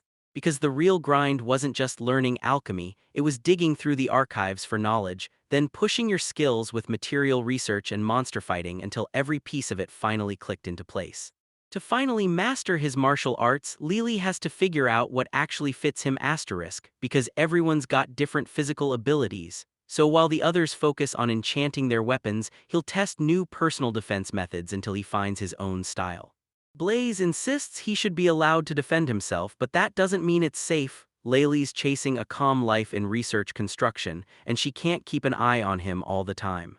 Right after that, Mariafield presses, asking why Laylee can't move in with them at the Marquis's house, and even when they try to talk it out, it feels like they're being pushed to predict that the Marquis is trying to monopolize the students. Meanwhile, the guards and everyone else kept hauling private statues to him, yet they still had excuses ready to stall those tougher acts. Because the rumors swore blood relatives could pull off stronger, easier abilities, and Leal getting close to the adult was starting to look like a real problem. Right after that, Lily leans in and asks why he doesn't have a family, and how on earth he's supposed to make all of it work. Then he lands on the answer, about whether it had to do with them having a child, and yeah, it really was that, even though it sounds insane. The archives wouldn't be fully sorted for years, so sure, anything was technically possible, but trying to raise a kid right then, that was straight up extraordinary. For her, it'll only be around 15 years, because making it through will be brutally hard. Blaze gets it instantly and mutters that he should have said those things way earlier. Then Maria Field snaps at him to finally give her a break, because if it were really that simple to grow numbers like that, there wouldn't be rare alchemists in the first place. And somehow, the workload still explodes to triple what it should be, because if Alma ever truly became a patient, maybe everything would finally get easier. But the real question wasn't whether she could do things right, she seemed fine in that moment. Now they have to get back to it and report what happened next, because Maria suddenly feels like she's finally got something to give Laylee, and when she hesitates, Laylee asks, "What is it?" If it was some kind of food or something like that. It was soup served in pure luxury, like royalty had a bowl just for it. Blaze shoots a question, "Can you make that with alchemy?" Then wonders if alchemy might just make everything way easier. Even the soup at the market is probably coming from animals, and that thought is straight up horrifying. But nobody shuts Maria Field up, because when she speaks, it's not guesswork, it's knowledge she's absolutely certain of. Right after they promise, "See you tomorrow," they finally part ways. Maria Field can't help but wonder, did that soup make him finally feel better, like he wanted to live a little again? So she asks straight up, does he want to try different clothes or something new? Maria Field can't hold back her excitement, like she's bracing for what's about to hit, just don't stop to ask why it's happening. Right after the mansion in the kitchen, Blaze leans in and asks, "Was that enough?" And when he hears the answer, he snaps back no, because he still has to stir a little more. But then the chef steps in and insists, "Leave it to me, I've got this." And just like we figured, he was the real deal, a pro through and through, pulling it off flawlessly. After they finished the sweets, they dug in right away, because they had to taste that deliciousness for themselves. And right then they blurted out, "We even added a little cream too." Only it wasn't just any cream, they called it by some totally different name. When I popped into the fruit shop and tried honey, I swore it would taste sweeter, maybe even richer, but the sugar cost a fortune, and the truth is all that luxury just wasn't something they could get. If only they could pull the sweet stuff out of it. Maria finally blurts out, "Leave that with the master, he'll whip it up in the most delicious way possible so everyone learns the lesson that way." The cook grabs the moment and tells her, "Leave it to me." Right then, Maria File makes the call, "Let's head to the room," and she immediately starts figuring out what to do next, because now's the perfect time to build a mixer to level up her kitchen. She starts daydreaming about inventing an electric mixer Japan doesn't even have yet, because right now that motor is absolutely essential. But digging out the ores is a nightmare, so they're stuck needing extra hands to get it done. She fused that plan into something permanent by making it electromagnetic, then melted the copper into liquid. But right then, Anna Alchemy had one urgent problem: she desperately needed copper wire. After a while, she'll craft tech that can finally do what no one can yet, turning metal into liquid at room temperature with alchemy, and just imagining it feels downright legendary. With lightning magic stones, she can pull off all kinds of tricks, but right then, Blaze felt a thunder rolling in the air and he decided to go see what was causing it. Maria Field swears it was nothing but an experiment. And somehow she finally forged permanent magnets, exactly what she'd been chasing. Now he just has to slap on one more coil and a switch and the motor should be done in theory. Yet when she thinks about it, the lightning magic stones might not stay stable even if she can cram in more power. But she can't stop thinking, and rage keeps boiling higher with every thought. Telling Blaze not to mess with the necessary parts, because he was already slamming into the ceiling and making sure they'd figure out what was truly useful, since what she was doing could turn into something important from here on out, shaping what would be hers. Right after she loses the question, he snaps, like losing wasn't brutal enough, now he's furious about it. After he finally decided to double-check that the direction really matched, turns out that idea was absolutely ridiculous. Now anyone could send those compasses off on missions, because they'd keep you on course over the ocean or drag you out of a dense, confusing forest when you got hopelessly lost. So they could patent the marquee that first flashed to guard the inventions, because they never expected the very first things they made would turn into anything besides medicine, like the soap they cooked up earlier, and now there's a second invention. If they patent this, it'll churn out licenses, and before long it'll become the kind of thing everyone needs. So someone should step in and commercialize it fast, but the husband's stomach is twisting with guilt because she didn't come up with it all by herself. Once you really zoom in on what's happening, it's clear the world sounds way more persuasive than doing the right thing ever does. At the research facility, the maid totally panics when she hears they're applying for a patent. Then she gets completely lost until everything finally gets filed, and Maria Files even admits she was exaggerating. But no, that wasn't exaggeration, it's because they've never had steady results without the right proportions, and once they leave, they suddenly struggle to get anything to work. He rushed straight to Barbara to spill everything that happened, only for her to stare in shock because the alchemy was straight up unreal. Everyone was begging for a bar of soap too, but turning it into reality wasn't easy, and even using the patent came with a whole lot of complicated steps. So they jotted down every exact detail of how both the compass and the soap should be remade, no alchemy allowed. Barbara told me to hand it over to her. She said she'd take care of the rest because the products would be perfectly prepared. And once they're gone, they decide to swing by and grab a little something on the way. They pull up at the tool maker and Ted blurts out that he's grabbing a few things too. Then he explains he's training new guys in fresh techniques, so they all decide to translate the soul, turning him into a brand new tool. They'd already crossed paths and she was chosen as Maria Field's next apprentice. Alma beamed, she was finally doing great again, and when they asked what made her become an apothecary, she couldn't wait to tell them. Right after that, they threw her out of the apothecary trade, so I pivoted and decided to become a tool maker, no stress needed. They just wanted to mess around with new ideas, but the guy who was on his third life and still doing apothecary for the second time was something else entirely, pure, complicated genius. Maria Field snaps over something like that, and now, if she wants to stay with Ted, nobody's gonna worry about a thing.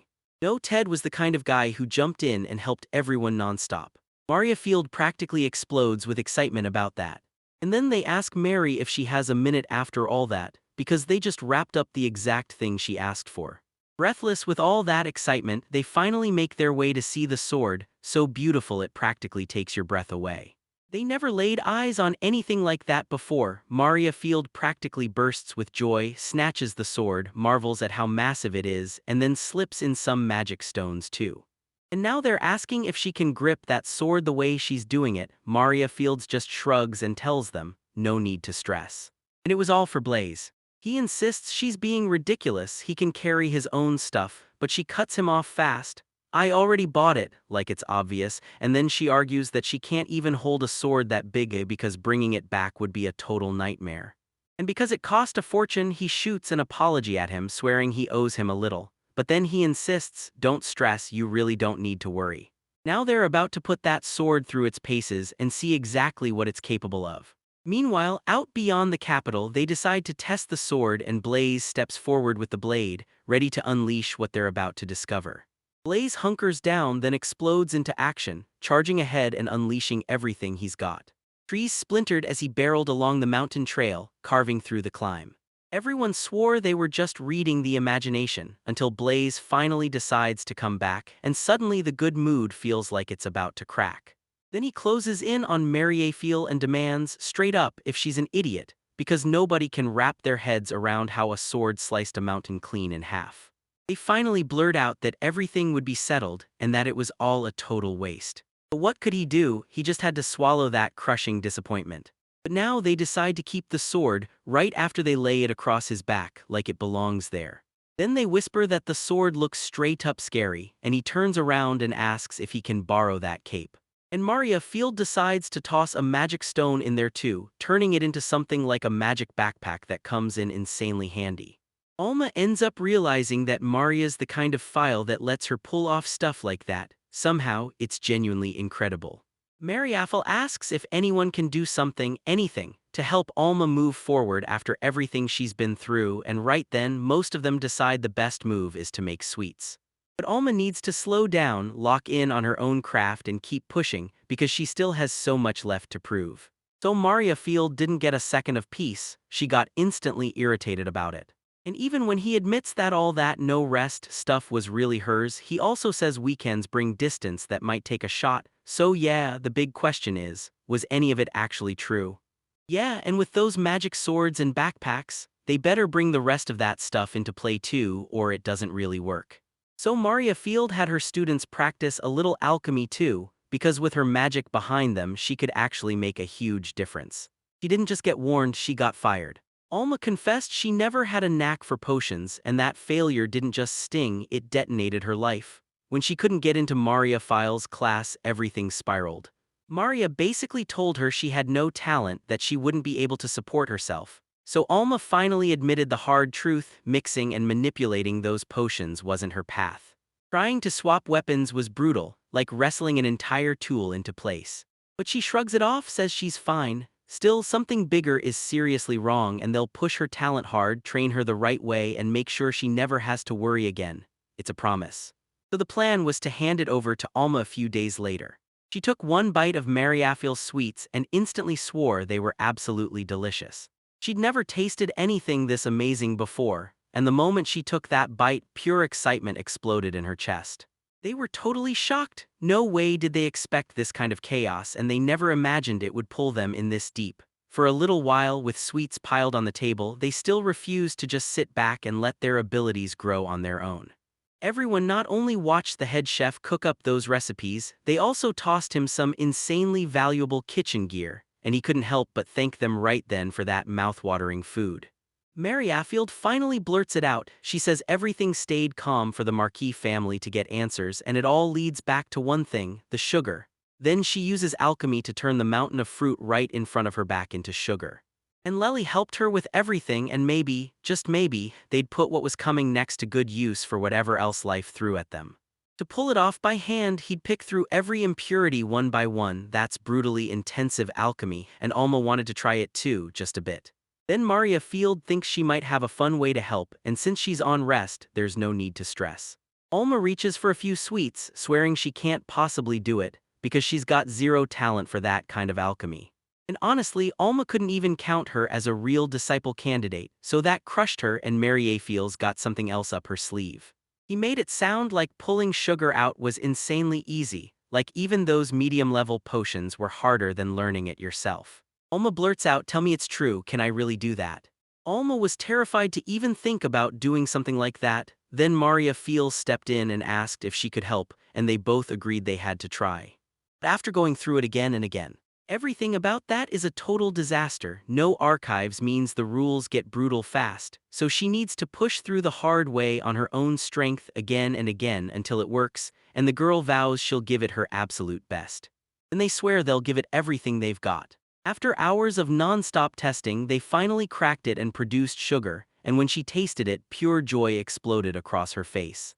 Alma can't even process it. She's staring at the work like, how did the quality jump so much? So yeah, she's got tons of room left to level up. And after that, everyone was absolutely convinced. Alma ends up back with Ted, and he jumps in with, "So, how'd your day go?" And Alma grins and admits she spent it making some sweets. So he couldn't wait to hand them to Ted's wife and daughter. She managed to pull the sugar out, but the sweet went down wrong. She started choking, couldn't get the words out, and still managed to say it was made with super rare sugar, the kind that tastes unbelievably delicious. Ted told her he'd loved every bite, then said goodnight. That night, Alma collapsed onto her bed, staring at the ceiling like the whole world had gone quiet. And was watching the magic swirl around you. I finally saw it. She can do alchemy now, but right then she started shaking her head.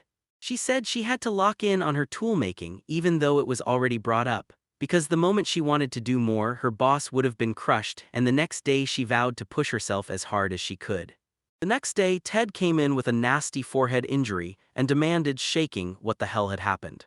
Those leftover sweets from the day before went straight to his wife and daughter and turned into a full-on fight in seconds, and even the sweet Maria Field made was insanely good. Mary Affield perks up at that news, and right then Ted blurts that he could borrow a bit. But right then Ted snaps and asks if Alma is basically pointless in alchemy because he just wants to reduce her to a toolmaker. Maria's face twists. She suddenly gets confused about what she told Alma the day before because she was beaming over alchemy, yet that girl somehow always finds a way to land in the strangest moments. So he marched straight into Maria Field's world because he needed a favor, and while all that was happening, Alma was busy setting everything up. And right then, Ted stormed up to her telling her he was cleaning the place, and somehow he blurts out that he heard she knows how to do what now. But then he hesitates, refuses to admit it, and shuts it down, saying, because it's basically a one-of-a-kind tool, and it's loaded with problems from the start. Then he tells Ted that Maria ended up blurting out stuff like that, and that keeping secrets only ever backfires. Ted just asks if that's exactly what she wants. Alma proudly claims she can do alchemy, then Ted snaps back that it's not what he ever wanted. Ted just had one burning question: what does Alma want to do next? He'd respect whatever she chose, no question, and besides, she didn't spend years training, so there's nothing for her to stress about. Alma admits she's been chasing that kind of drive all along, and when she says it, it finally clicks as the truth, even though Ted had already told Mariah earlier. He told her to hire Alma if she wants to go there and work because it's fine. He's got a ton of work on his plate too. Maria felt because she knew the moment she stepped out, someone would be waiting for her. Alma tried to hold it in, but her tears still fought their way out. So she drops into a deep bow, then turns on her heel and vanishes. Ted can't help but think honestly, she was always the type to grind nonstop, and the moment that happened, Alma bolted out to meet Maria Field. After a few days, Alma finally flipped the script and quit her job, so Maria Field snapped her up and hired her. Maria told her she'd step in as her assistant, and right after that she lit up, because now she was finally excited to work with everyone. Alma starts out tinkering with tiny bits of alchemy, then slowly levels up into bigger and riskier experiments, while Lely, her boss, drills her on everything she needs to know, and the boy fits in lessons whenever he can until the two fall into calling him sir, which he absolutely can't stomach. From this point on, the real missions get way more exciting, tracking down medicinal herbs, training her body to defend herself, pushing physical workouts, and stocking up on knowledge. Alma asks if they're really not going to brew potions, and Maria Fields shuts it down fast. She won't be choosing that path for a long time. She keeps walking through 1,000 years of stories that were already archived, so she doesn't have to worry about learning everything back then, and she trusts the pace, staying patient as she moves forward in her own way. From that moment on, all Alma can do is pull sugar out, so she can't land the best move that used to be her specialty. And in that place, a huge mirror of hidden potatoes still waited, so they had to team up, push to the limit, and make it far right then. Right after all that, they even demanded to know where she was going to pull out the sugar because she was way better than Lily himself, and Lily gets crushed and discouraged the second he hears it. And right now, most of the crowd has decided to throw them a small reward. That's how she churned out a batch of delicious sweets. Alma asked if she could eat right then, and everyone jumped at the chance, because yes, they were totally a welcome gift. Right then, Lily blurts, "Wait, Maria Field did all this?" "Nope, it was the royal family's cook. They loaded him up with mountains of sugar so he could cook whatever he wanted." Lily spotted something in the archives she'd never seen before, right there, plain as day, and even after he added a few more details, he told them to hand it off to the family's cook for future meals, safe and sound. And the maid swooped in with tea, and she stared, completely blown away by what she was seeing. It was so sweet she couldn't believe her eyes. Maria Field asked if she wanted to taste too, and when the maid asked if she should, she said not to worry because there was really no need. And right in the middle of it all, Blaze was already there, snagging a piece of the action. "So you asked if Barbara had really never seen sweets like that, because the more attention you craved, the more trouble it could bring. If they could at least share it with each other, then everything would be fine." Inside the royal capital, the moment someone arrives, the royal court immediately rolls out the red carpet and receives them on the spot. It was Marguerite, the Marquis's lady, his wife, and somehow the cook instantly took to her. Marguerite leaned in, saying that after traveling for so long through the royal capital, they finally stumbled on something truly interesting him, but the cook begged her to stop right there. He insisted that a noblewoman from the capital should always show up prepared for her tea party, and honestly, it landed as the sweetest kind of heartwarming. She wanted to show them the newest dresses, teas, and paintings they could carry, because on the frontier, she knew she'd be ready to give her absolute best right then. Right after they finish cooking, they ask her if she'll want to eat after a bit of rest from their travels, and the woman smiles and tells them, "It's okay, really." That moment feels new, and it's weirdly adorable and sweet. And yeah, it was absolutely delicious. Then she shoves a cloth in her mouth, blurts out, "What was that?" And boom, it's insanely delicious. The desert royal capital's banquet has nothing on it at all, and right then, the boss drops the bomb that he's been working in collaboration with the alchemist.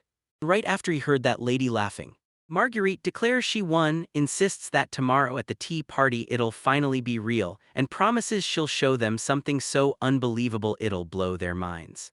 Mary Afiel ended up burning through the night, still wide awake and scribbling for hours. Lily swore she looked dead tired. But then, right in the middle of the night, she heard eerie laughs echoing around, and sleep just wouldn't come, even though Mary Afiel really needed to rest.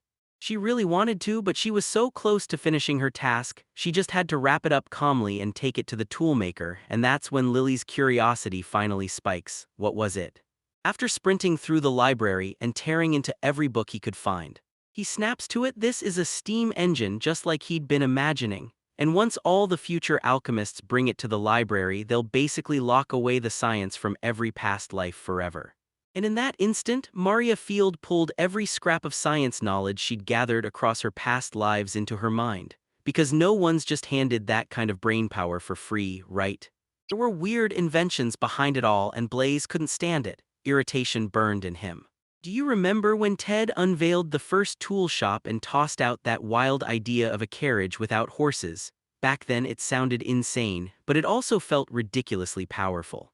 But when Alma looked at the books already piled up, her excitement shot through the roof, because the students were already packed and ready, and nobody could wait to see what was about to happen. And now Maria Field is convinced that even a steam-powered engine is enough to make waves in that world's tech. So even if they stall, someone with real scientific firepower is going to try it sooner or later. But Maria walks up to the toolmaker the very next day and blurts out that she can't hold it in anymore. She's begging Ted to make those things for her. So she dumps a stack of papers onto Ted's table and he blurts, "Wait, what is this?" Because she's talking magic stones and a steam machine that can spin things with pure rotation. That first magic stone blasted the water into vapor, and the second one immediately tried to make up for it again. Its push changed the pressure, shoved the piston to move, and turned all that motion into rotation.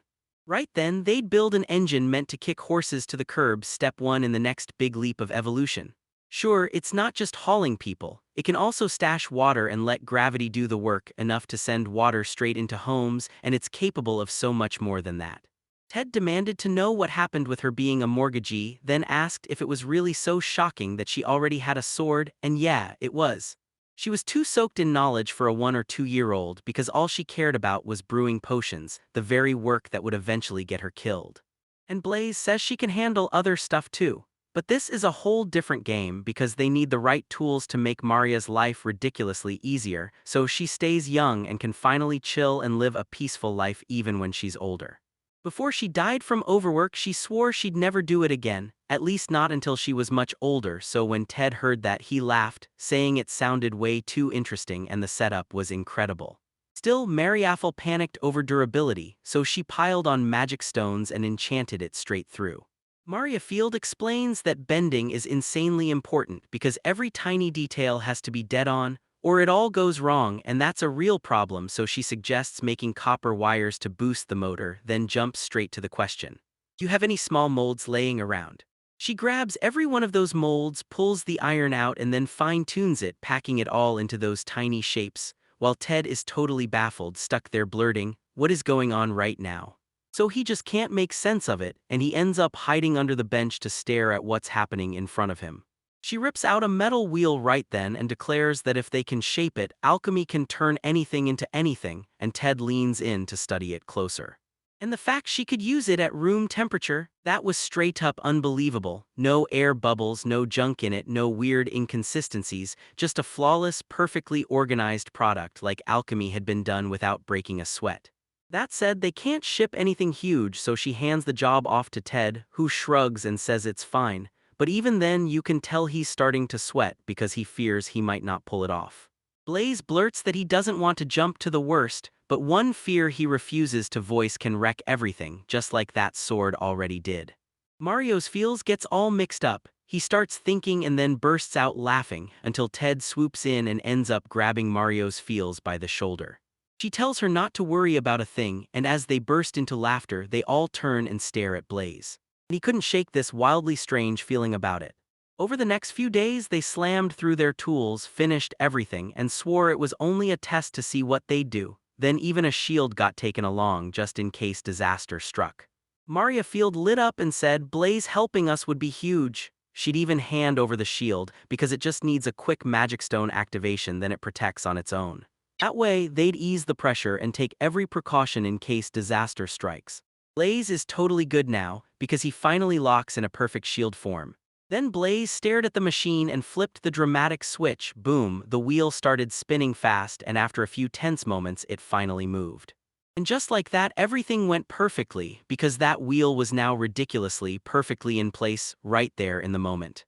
But then a faint crunch started crawling across the shield, and he snapped, asking if everything was okay. Turns out it was still rock solid, so the tension fizzled out and everything stayed calm. They told Blaze everything was fine, but that loud noise still sent fear crashing through him, yet everyone pushed forward, hyped and terrified all at once, so nothing would blow up. Building it turned out brutal with non-stop problems, but somehow they kept going, squinting into the chaos and worrying about what was coming next. Alright, let it run the durability test, because for him all he has to do is kick back and wait until disaster finally shows up. Just as that happened, the sky split open, and moments later someone came running up claiming they knew it was Mary. It was Lily and Alma standing there. Then they demanded what we were doing right then and why we'd bolted out of the capital. Yeah, they were stirring up chaos and blasting this deafening noise across the whole city, and the moment they asked if Blaze happened, they quickly realized it was Mariaphel, because of course he said yes. Then they finally crack open the motor. Until that moment it's been flawless, only to dig through the archives and find the real truth. Those clouds of thick black smoke weren't some new glitch at all, they happened because the engine burns fuel to run, and the fumes are what they're actually fighting, so the pollution had to be handled another way if they wanted to stay eco-friendly. It's basically flawless, runs on fuel, and doesn't spit out any nasty garbage into the air, yet in our lives and even past ones that modern cities' pollution still hits like a non-stop nightmare. But it looked like the message had finally reached the whole city. Then she froze because she realized she still had to figure out what to do next.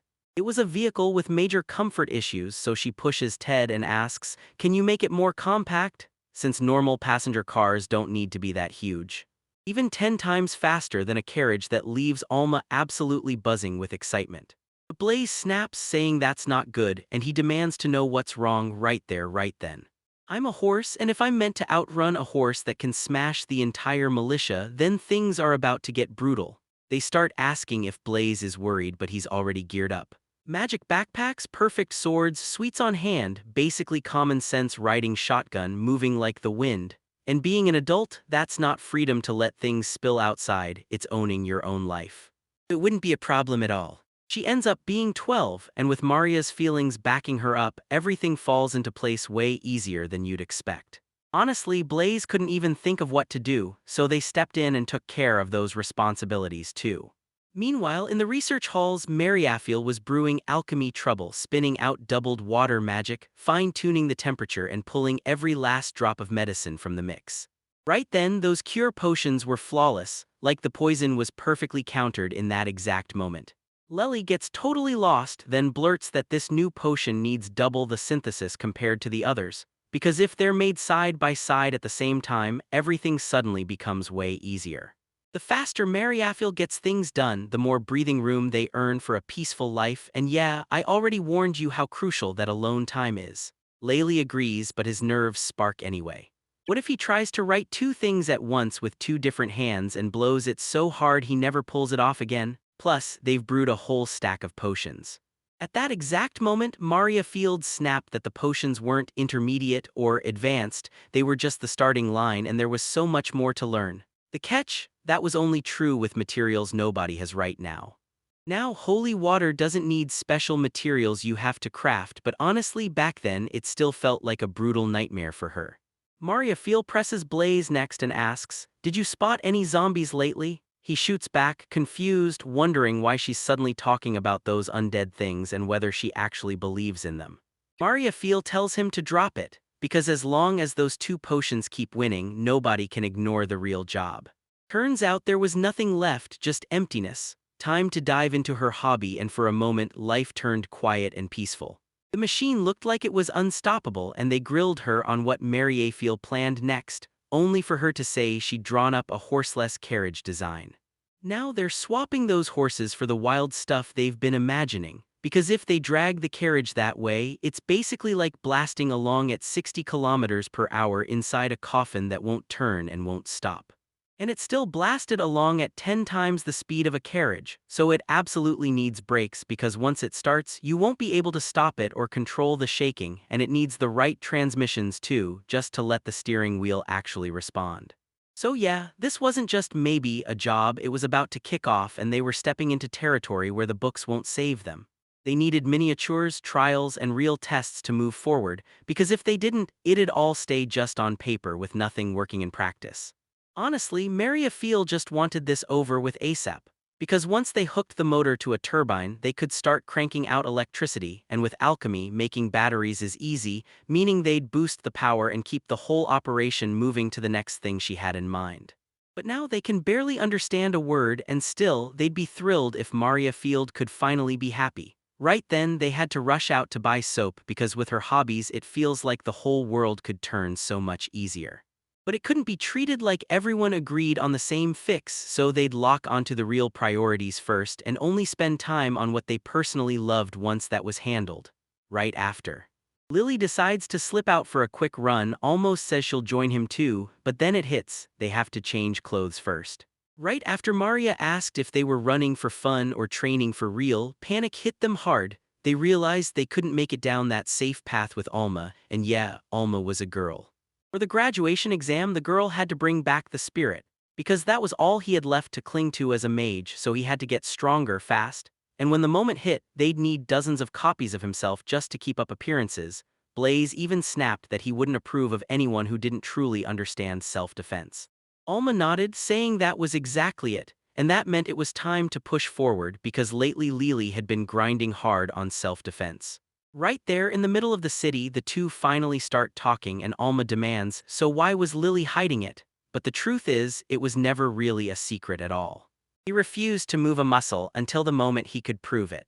And Alma goes, yeah, that actually makes sense, and he looks so badass when he shows off those skills, but the truth is that wasn't the whole reason because Alma wanted to prove something else entirely. But right then they cut through the path and swept past the knights. And he couldn't help but wonder what was about to go down. Swords in hand, they looked downright awesome. Right after that, the maid shows up and asks if Maria can be found, and everyone's like, okay, but what would have happened next? Then the knights storm in and shout that Mary Offield has been arrested. She gets completely thrown off and starts feeling lost. She lurches into Blaze's arms and blurts, "What happened?" Then snaps that she's sick of this kind of mess, until Blaze suddenly tells her the construction is shielded by royal legal protection and drills her about which authority has the nerve to order them. And they step up and prove right there that they've got the permission to do it. The church condemned her and shoved her onto the heretic's path, and he couldn't stop wondering what nightmare was about to unfold.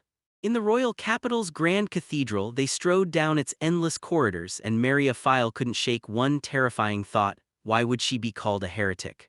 They'd hauled her in over and over for protection or for skipping her due taxes, and now she's staring at the unknown, because she has zero clue what she's about to be blamed for. Over those 1,000 years, the church didn't just grow, it exploded into something grand, with tiny chapels of religious water in the beginning. So yeah, alchemy to heal diseases or fix injuries isn't something you just toss together, and medicine back then was still super crude, which is why people could only hope and pray to the gods.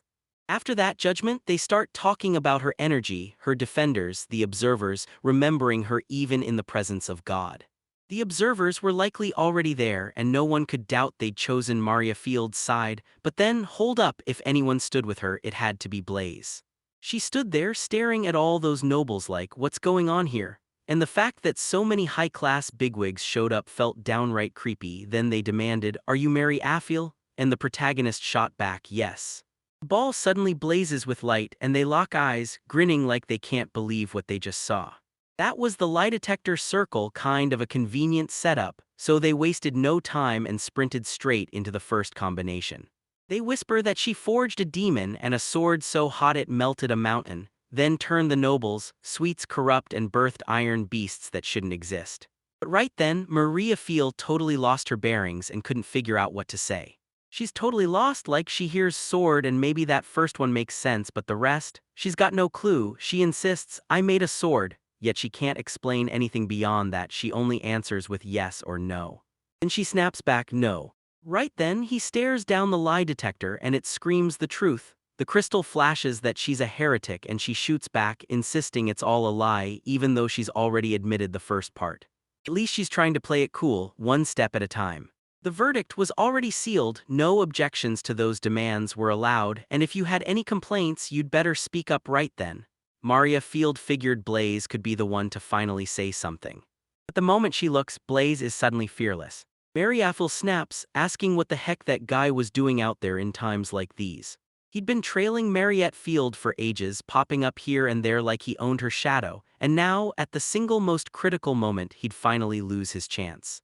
Right then, the maid blurted out the obvious. She was the research supervisor. She'd been watching Maria Field's every move nonstop, and she was dead certain those things were wrong.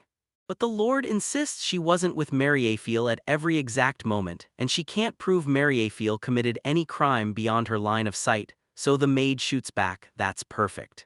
And then Maria Files just gets told she was right all along. She can conjure holy water, then flips open the alchemy and deciphers the hidden alcove secrets pulled straight from the past. Mary Affield says, "I can make it," and then fires back, "Did the zombies just magically pop up out of nowhere?" Swearing she can prove she's no bad person.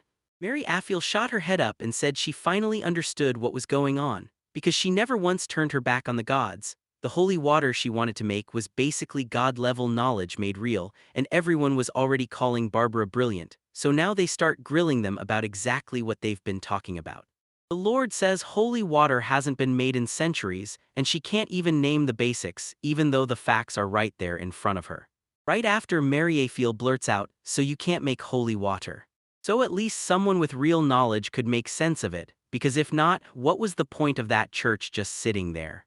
Mercenaries gets under their skin, so she grabs some water on the spot, totally not expecting anyone's ever tried that before, because it always turns out great for her, and she snatches a cup. And yet he slams it down on the ground. And she declares loud and clear that she's a follower of the creator god. They all freeze solid with terror, until she finally manages to summon the words she needs for God to unleash pure water. Maria barely manages it. Then she collapses backward, breathless, and blurts out that she just can't juggle that kind of thing all at once anymore, because now he's pushing her faith like it's the only test that matters, and the more he presses, the clearer it becomes how much of God's presence she's truly been forced to face. And since they can't even make holy water, they have no right to start calling her a heretic. Everyone starts whispering, "Was that real?" Because that thing shone so bright it almost hurt, and suddenly memories hit, fairy tales about how it's made. Then the Lord's voice cuts through the air. She spoke the divine name. Church doesn't reveal that name to outsiders, which means they're letting her in. But the Lord in the middle shoots it down. No. The one on the corner drops to their knees and blurts that they were reading every thought in their head, until the sleeping Lord cuts them off and declares it's impossible.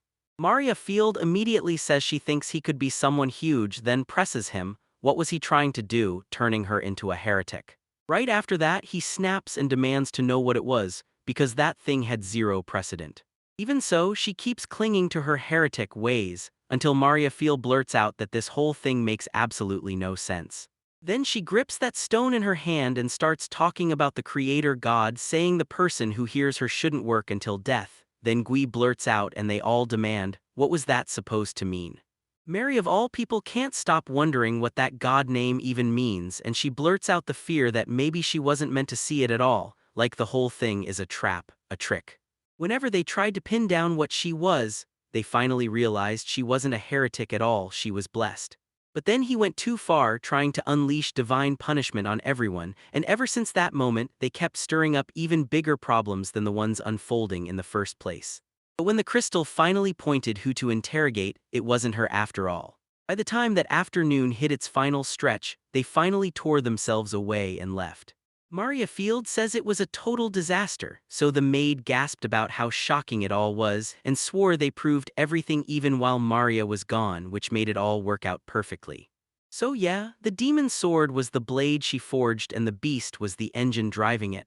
Right after that, everyone started freaking out about what kind of corruption could do all this, and then someone finally said, "It's obvious, just look at the capital's tea party." She'd been calling it sweets, and everyone knew it was made by an alchemist. Right after that, Blaze bursts onto the scene and Maria, straight up, asks where he's been because he's been buried in research this whole time. And she really proved herself in the royal capital because he was boiling with frustration. And somehow she kept knocking it out of the park, showing off gifts the other nobles couldn't match. And just like that, they finally realized what was going on. When those high-class nobles showed up, they instantly clocked it as a fake inquisition, so they scrambled to track down what was really going on and tried turning the Marquis and the others against each other. Maria Files says it's the one thing that can't possibly be done, totally unbelievable. Then Blaze blurts that he'd had a bad feeling about it, but that's just corruption, and no matter how hard he tries to bless it with holy water, all these problems keep stopping him. The maid clocks that Mariafiel is fuming through everything that's happening, then turns to Blaze and asks if he's ever seen a girl like that before. A bunch of high-class nobles showed up and Blaze instantly felt something was off, so he decided to check it out. Even though being nobody noble, he didn't exactly have the power to act freely, but as much as it is true, the maid handled it all by herself, so she's already got a clear grip on what's coming, because the moment she sees it, she'll know exactly what's going on. But the maid yanks Blaze by the clothes and demands he apologize ASAP. Blaze realized calling himself her guard and then ditching her alone was a move so bad it felt downright disastrous. So he strides up to Maria Field, yanks her attention with his voice and makes sure she's listening because... So he figured, if I'm a knight I can't talk right now, and he bolted to chase the bigger threat, because that's the real reason he left that place. But he was absolutely sure that her self-defense skill would protect her all by itself. And that was a total deal-breaker for the guard, so he lets it slide, and then he apologizes. Maria ends up turning around and snapping, then it's better he stops filing more complaints. Because if Ave Maria's feeling is like that, then from now on she won't learn anything, so Blaze tells her to just keep things simpler in this society from here on out. And Blaze is about to face his own trial so they can finally drop their guard, because honestly she never needed permission in the first place. Right after everyone gets hyped to see Maria being treated like a holy lady, they all rush in to praise her. No one can stop themselves. Merriafield just drops a casual hi, like nothing's wrong, because somehow 12 whole months have already passed since that church incident. Rumors started flying around and suddenly everything got 10 times harder. No official stamp ever came down, but people swore that a saint had the blessing to arrive, and that kind of hope sparked something like pure happiness. Because of it, she can't step outside the house without getting permission first. Because of that, everything the team tried to build started dragging hard, like the project was doomed from the start. She refused to be ridiculous, and at last she found a real way to step out of the house a bit. Then she poured every frustration into building something with the people, because now the majority finally had an idea. It was finally time to get out and head somewhere the bombs hadn't reached yet. But Blaze knows that won't happen, and Merriafield demands answers, asking why everything has to fall apart like this. Turns out her words become a weapon for national defense, yet everyone's side-eyeing her like, yeah, she won't make it far. And honestly, that puts her in real danger. Right in the middle of the chaos, the cities couldn't take the nation, because one person, chosen and blessed by their creator, stood in the way, turning hope into a divine lifeline for everyone who escaped. During those 2 months, they somehow pulled off the study and even carved out a ceasefire between the nations. Then they got word the Royal Elite Army was sitting right at the border, and honestly, that was huge. They finally nailed peace, like the whole chaos just got shut down. Even so, she needs to trust the travel authority, but don't get her hopes sky high. Sure, she can move forward, push a little harder, and hope luck comes through. The heat was creeping up fast and the whole plan felt awesome, mountains to conquer, and even for Lily it was the perfect test. Then right after they asked if a trip into the Marquis territory was truly compromised. But he begged her to quit acting reckless. Did she really forget what happened the last time she rolled into the capital? Check if they'd gush about how great Merriafield's been doing, because in these months she's made real, unstoppable progress. They head to the toolmaker Ted and try to chat for a bit, until he drops to a bow in front of Maria. And she demands, "Stop that right now." Then Ted steps in and says, "I already finished building the steam engine," and she looks around, stunned. Everything's finally done, and it's actually incredible. And just like that, the moment arrives to build a tiny horseless carriage, miniature but real. Then once it's done, taking a trip through the Marquis territory won't be a problem at all. It was insanely huge, like a giant pretending to be a miniature. First, they'll test it at the size of a car, then they'll check if it's a nightmare to pull off, and if it's manageable, they'll crank it up bigger naturally. And honestly, they're dying to know what's happening in that thing because it's packed with so many ticking mechanisms. It's like a burning noodle come to life. It isn't even fast like a normal noodle, and it's got way more security than you'd expect. They've got Blaze's body under security, locked down tight like a weapon. Still, that tiny message threw the small engine head off, and he knew it. He couldn't ignore it. After a quick round of testing, they decided to step outside to build the final component, and Blaze caught what needed checking right away. But he can't rush off too fast. Once he's ready, he'll launch into that jump, so get ready and head home with him. And since Blaze decided to test it, because he wasn't about to back down. He senses just how brutally fast everything's moving, and he sees people praying non-stop that he'll be okay. That thing was insanely good. Then Blaze felt the wind hit his face. They told him to hang on a sec because he swore the faster he went, the faster he'd keep getting. Honestly, that guy had problems for days, and it really felt like Blaze just couldn't get enough speed. Then, after a while, he comes back like nothing ever happened, and honestly, things have started getting wildly good. They figured it would take 2 whole months just to puff up some smoke, yet they were into it, Blaze included, so he asked if he could keep going. But she'd get totally lost for a second, then light up like crazy because he actually liked it, though yeah, it was just a prototype. They've still got a mountain of problems to crack, so Ted grabs the plan and says, "Leave it with me." Once they nail everything, he'll forge a perfect copy for Blaze to go wild over. It turned out to be a total mess. He couldn't show Laylee and Alma at the same time, and that moment basically swallowed his character whole. Now it was finally time to own up to the biggest invention of all. Alma and Lily wanted one last try, but she had to stay sharp and watch closely with her hands, because a massive sword was coming for her. But now she was learning how to team up with Blaze, and once they cracked a few secrets about his defense style, he vanished into the merchant crowd, right alongside another woman.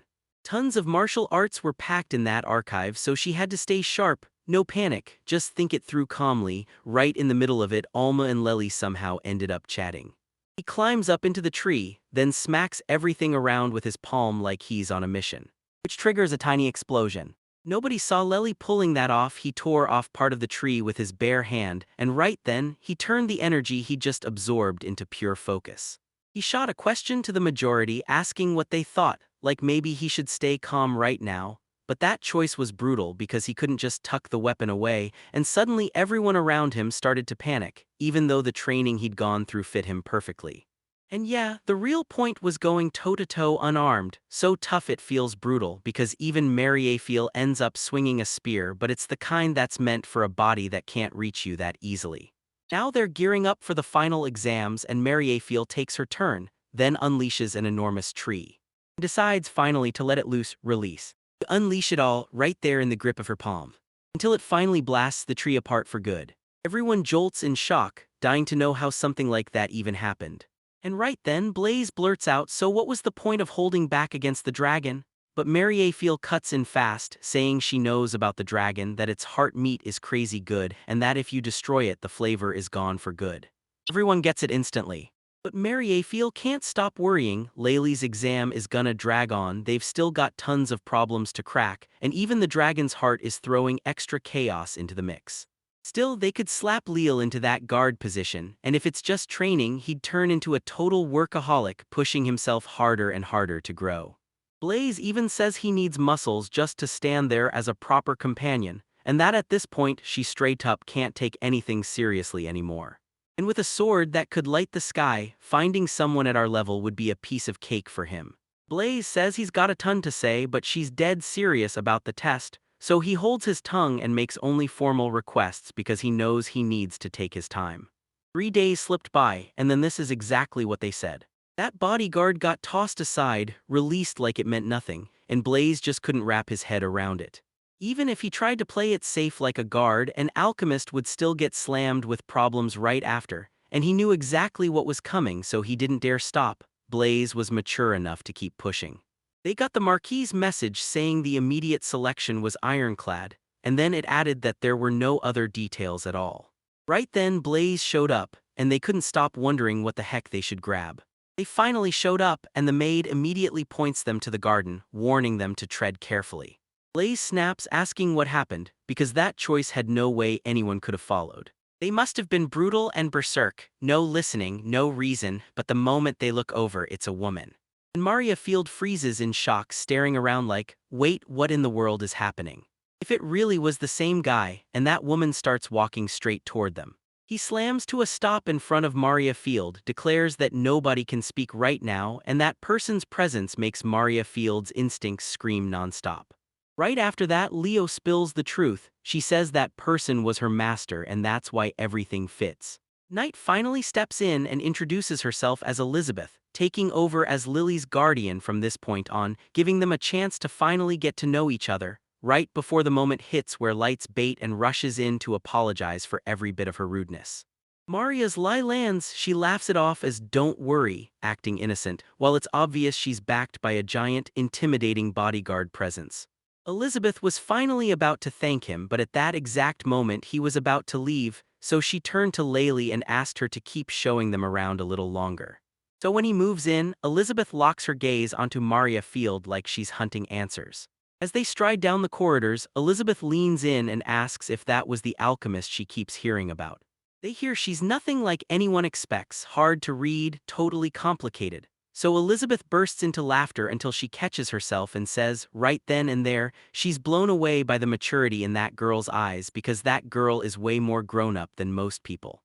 Elizabeth's father called her a calm girl, so yeah, that kind of discipline was exactly what kept her steady. But it wasn't how she pictured Elizabeth's killer instinct. yet somehow she still had enough willpower to rethink it, and the way she did it changed everything in return. Her father, backing Elizabeth, swore he meant well for being drawn to Maria Field. She said, "We need a quick talk first, just to make sure everything's truly satisfactory." Blaze wipes the sweat off his face and Mariafield fires off, asking if he's okay. He admits he felt just how brutal that bloodlust was, but it wasn't really like that. Maria Phil says she's got zero doubt her skills are through the roof, but she's convinced that girl only climbed up her rank by sheer force, not luck. Mariafield leans in and asks Blaze if he recognizes that girl, then pushes again, asking whether he was trying like hell not to. That was Elizabeth, third princess of the whole kingdom. She's not pretending, she's the real deal, a genuine princess. So Mariafield is left totally stunned, blurts out, "Why was Elizabeth a princess?" Because what everyone remembers most is the story of those patrols up in the northeast. Ever since Mariafield snagged the divine blessing, the Northern Empire stopped attacking altogether, and honestly it was her all along, pulling the strings in that region. Thanks to Mariafield, the world started cooling down, peace finally taking hold, and the princess took over border security because at that point there was nothing left to do anymore. Making Elizabeth a bodyguard was a nightmare idea, and nobody could figure out why until a trained general and a princess looked at Mariafield and realized her instincts weren't just strange, they were terrifying.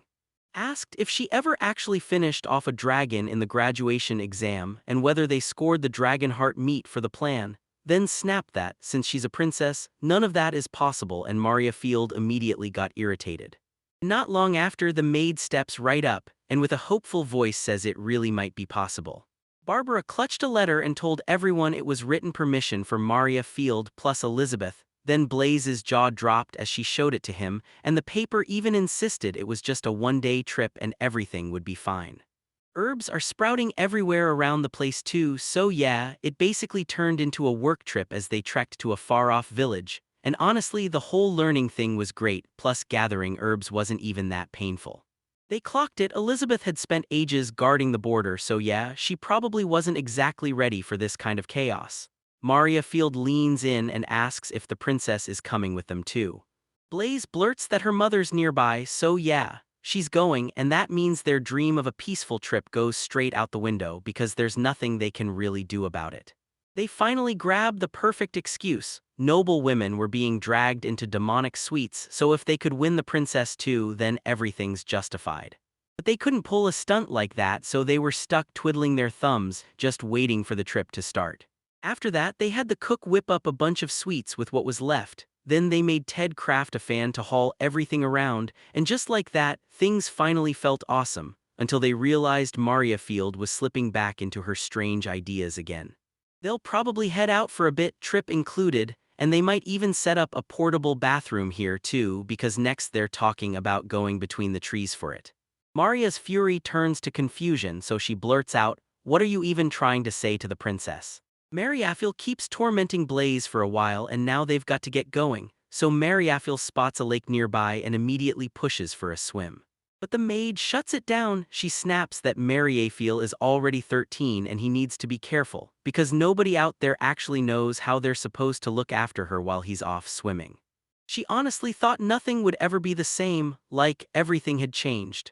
Now it was a perfect lake, and even staring at that massive width made her feel uneasy, but not for long because Mariafield had a plan shortly after. Outside the royal capital, the lake where Mariafield played was so perfect it felt like a real boat, and even a speedboat skimming across the water in pure fun. Soon they told the girl to stay sharp and be careful, and then she slams down hard. As they hit the ground, the crowd shoots one question after another. Mariafield, is she there too? She says yes, then points out the teacher's machine was built out of order because it's basically just a tiny turbine, and trying to use it that way would blow up everything. It's way too much.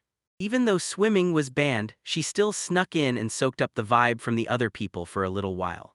She starts sneezing like crazy, and it looks like she's coming down with a cold, so after she dries off a bit, they tell Mariafield to change clothes and head home right now. Then they realize her outfit is suddenly too tight too, and with the diet improvised, this is the perfect moment. So everyone pushes her to leave the farm at once. Blaze even asks whether Mariafield grew. And the soul rages, snapping that she's making a huge mess, while she stares on intent for a while. The truth ends up landing like a gut punch. Everyone's suddenly obsessed with Mariaphel's life, so they're all supposed to report whether her height actually went up or not. Then, the soul snaps up Mariaphel and drags her straight home to the store. They decide to make the move right now. And the saleswoman suddenly stares hard at the two girls, saying they're bursting with excitement and asking what they could do right this second. After a while, she snags a super comfy t-shirt that lets her move without a hitch, and the moment she wears it, it screams so cute. Still, he wasn't having any of that kind of outfit. Because an adventure was about to kick off, Maria Field hunted down travel clothes that wouldn't trap her in the sweltering summer heat, and ended up showing off some fans that were, honestly, kind of bizarre. But right now, Maria blurts it out, explaining she pulled the truth about the sugar until she suddenly chokes, can't speak a word, and manages to say it was made with something incredibly rare. Rare sugar. She managed to pull it out, and then it turned on her, choking her so hard she couldn't even get words out. He leans in and admits it's made with some insanely rare sugar, so that's the real reason she pulled out the sugar herself, and that's the whole reason it happened. But she ends up choking, so she fights her way to answers and pulls an explanation out for herself. She tried to swallow the sugar, but it went wrong. She choked hard, couldn't get a single word out, and that's why everything after this explodes. She pulls out a reason. She figured out how to extract the sugar, but the moment she tries, she chokes so hard she can't even talk, and everything turns into a disaster right there and then. But then she starts choking, so yeah, she really did pull the sugar out, yet it still leads to her choking. So she can't talk straight to explain it. She even pulls out the sugar, but then she suddenly chokes, loses her voice, and can only gasp out that it was made. It's made with insanely rare sugar, so delicious Ted practically melts over it. Then, without missing a beat, he says goodnight. That night, Alma sprawls on her bed and stares at the swirling magic in front of her like she's amazed. I realize this means she can finally do alchemy, and just as that thought hits, she starts shaking her head and saying she has to focus on tool-making like it wasn't already obvious from earlier. She still couldn't help but push her thoughts, and that's exactly how everything starts falling into place. She's got an explanation. She says she can pull the sugar out, but she starts choking and can't get a word out, so the story spills into how she managed to extract the sugar, only for everything to fall apart again. She snaps into a choking fit and can't even breathe. She can't talk straight, so she blurts that it's made with super rare sugar, meaning she had to pull it out herself, but then she gets choked mid-sentence, and that's why the full explanation goes like this. That she manages to pull out the sugar, but the moment she tries, she chokes hard and loses her voice, unable to speak to. She shows you how she extracted the sugar, then it all goes wrong. She chokes hard, can't get a word out, and manages to gasp that it was with super rare sugar that tastes unreal, so good it feels illegal. Ted says he's been loving every bite, then tells them goodnight. That same night, Alma lies there. Sitting on her bed, she stared at the magic swirling in front of her, figuring it all out, even extracting the sugar. Then it goes wrong fast. She chokes hard, can't speak a word, and only manages to say it was crafted with super rare sugar, and one bite is straight up addictive delicious. Delicious. Ted practically savors every bite, saying he's loving it so much, and so she manages to pull out the sugar, but the moment she does, she chokes hard and can't even go on. And claims it's crafted with some insanely rare sugar, so good it tastes unbelievable. Ted says he was having the time of his life, then the room starts echoing back like something bigger is coming. That's the explanation she dug out, the sugar, until it all goes wrong and she starts choking on it. So yeah, she figured out how to pull the sugar out, but then it all goes sideways. She ends up choking and can't get a word out, so the story makes it clear she had pulled out the sugar. But it doesn't last. She starts choking and can't get a word out, and tells everyone it was made with super rare sugar, so insanely delicious. Ted just lights up and says he's loving every single bite. Then, out of nowhere, she's telling everyone goodnight, and that night Alma flops onto her bed, staring hard at the magic in front of her. I suddenly realize she can finally do alchemy, but she whips her head back and insists she needs to focus on her tool making, even though that was already said. She couldn't let it go. She wanted to push for more.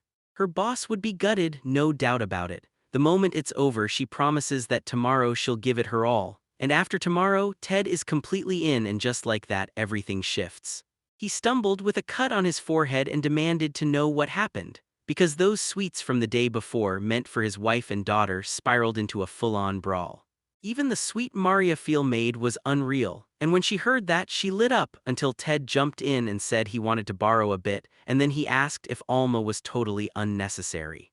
Alchemy's the last thing she wants. She just wants Mercenaries to be a toolmaker, but Mercenaries gets totally thrown off and blurts that she talked to Alma the day before, and that she'd been over the moon doing alchemy, like that girl's always convinced her own weird story is the right one. Right when those moments gave him the chance to ask Maria a favor, Alma felt something was being set up. Then Ted marched over to her, said he was cleaning there, and confessed he'd heard Maria knew how to do it, only for her to shut him down perfectly and insist it was a one-of-a-kind tool with a bunch of problems. And right then, Maria ended up saying it was that kind. Keeping secrets never ended well, and Ted can't help asking, is that really what you want? So Alma blurts out that she can do alchemy, but Ted immediately shuts that down. He isn't looking for that, he just wants to know what Alma's really trying to do next, and he'll back her choice, even if she hasn't trained for years. She didn't have to stress at all, she hadn't trained for years, so it was fine, but Alma finally blurts out that she may have always wanted this, knowing she had motivation and feeling genuinely happy about it, because that's the truth and Ted had said it earlier. He wanted to marry a field, then flat out asked her to hire Alma if she really planned to go and work out there, because yeah, he's got more work than anyone could handle.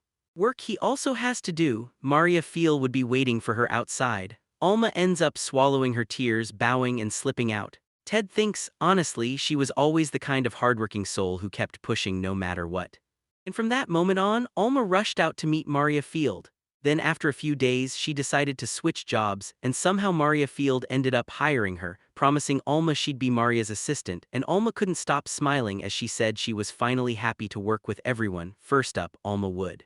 She started with tiny bits of alchemy, then built up her skills piece by piece until her work exploded into something bigger. Become her boss, teaching her everything she needs, while the boy did the rest. He did it whenever he got the chance until they started calling Lily Sir.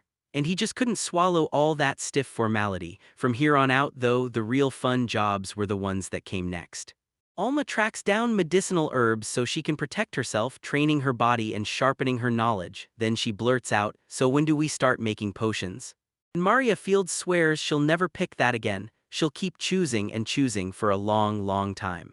To sift through over 1,000 years of archived stories so she doesn't have to sweat what she missed back then, she just has to stay patient and keep moving in her own way, and from that moment on, all Alma can do is extract. She kept loading up the sugar so Alma couldn't pull off her usual magic, and the place was still packed with a huge stash of hidden potatoes, so they had to. They all need to back each other up right now if they want any chance of going far, and the second they ask her where she's getting the sugar, they realize she's way better than Lily. Because that makes Lily get discouraged fast, and right then the majority decides to throw them a tiny reward, some sweets, the kind she. Alma makes it and instantly asks if she can eat right now. Of course, yes, because they're also getting welcomed as a gift. Then Lily blurts, wait, was it Maria Field who made all of this?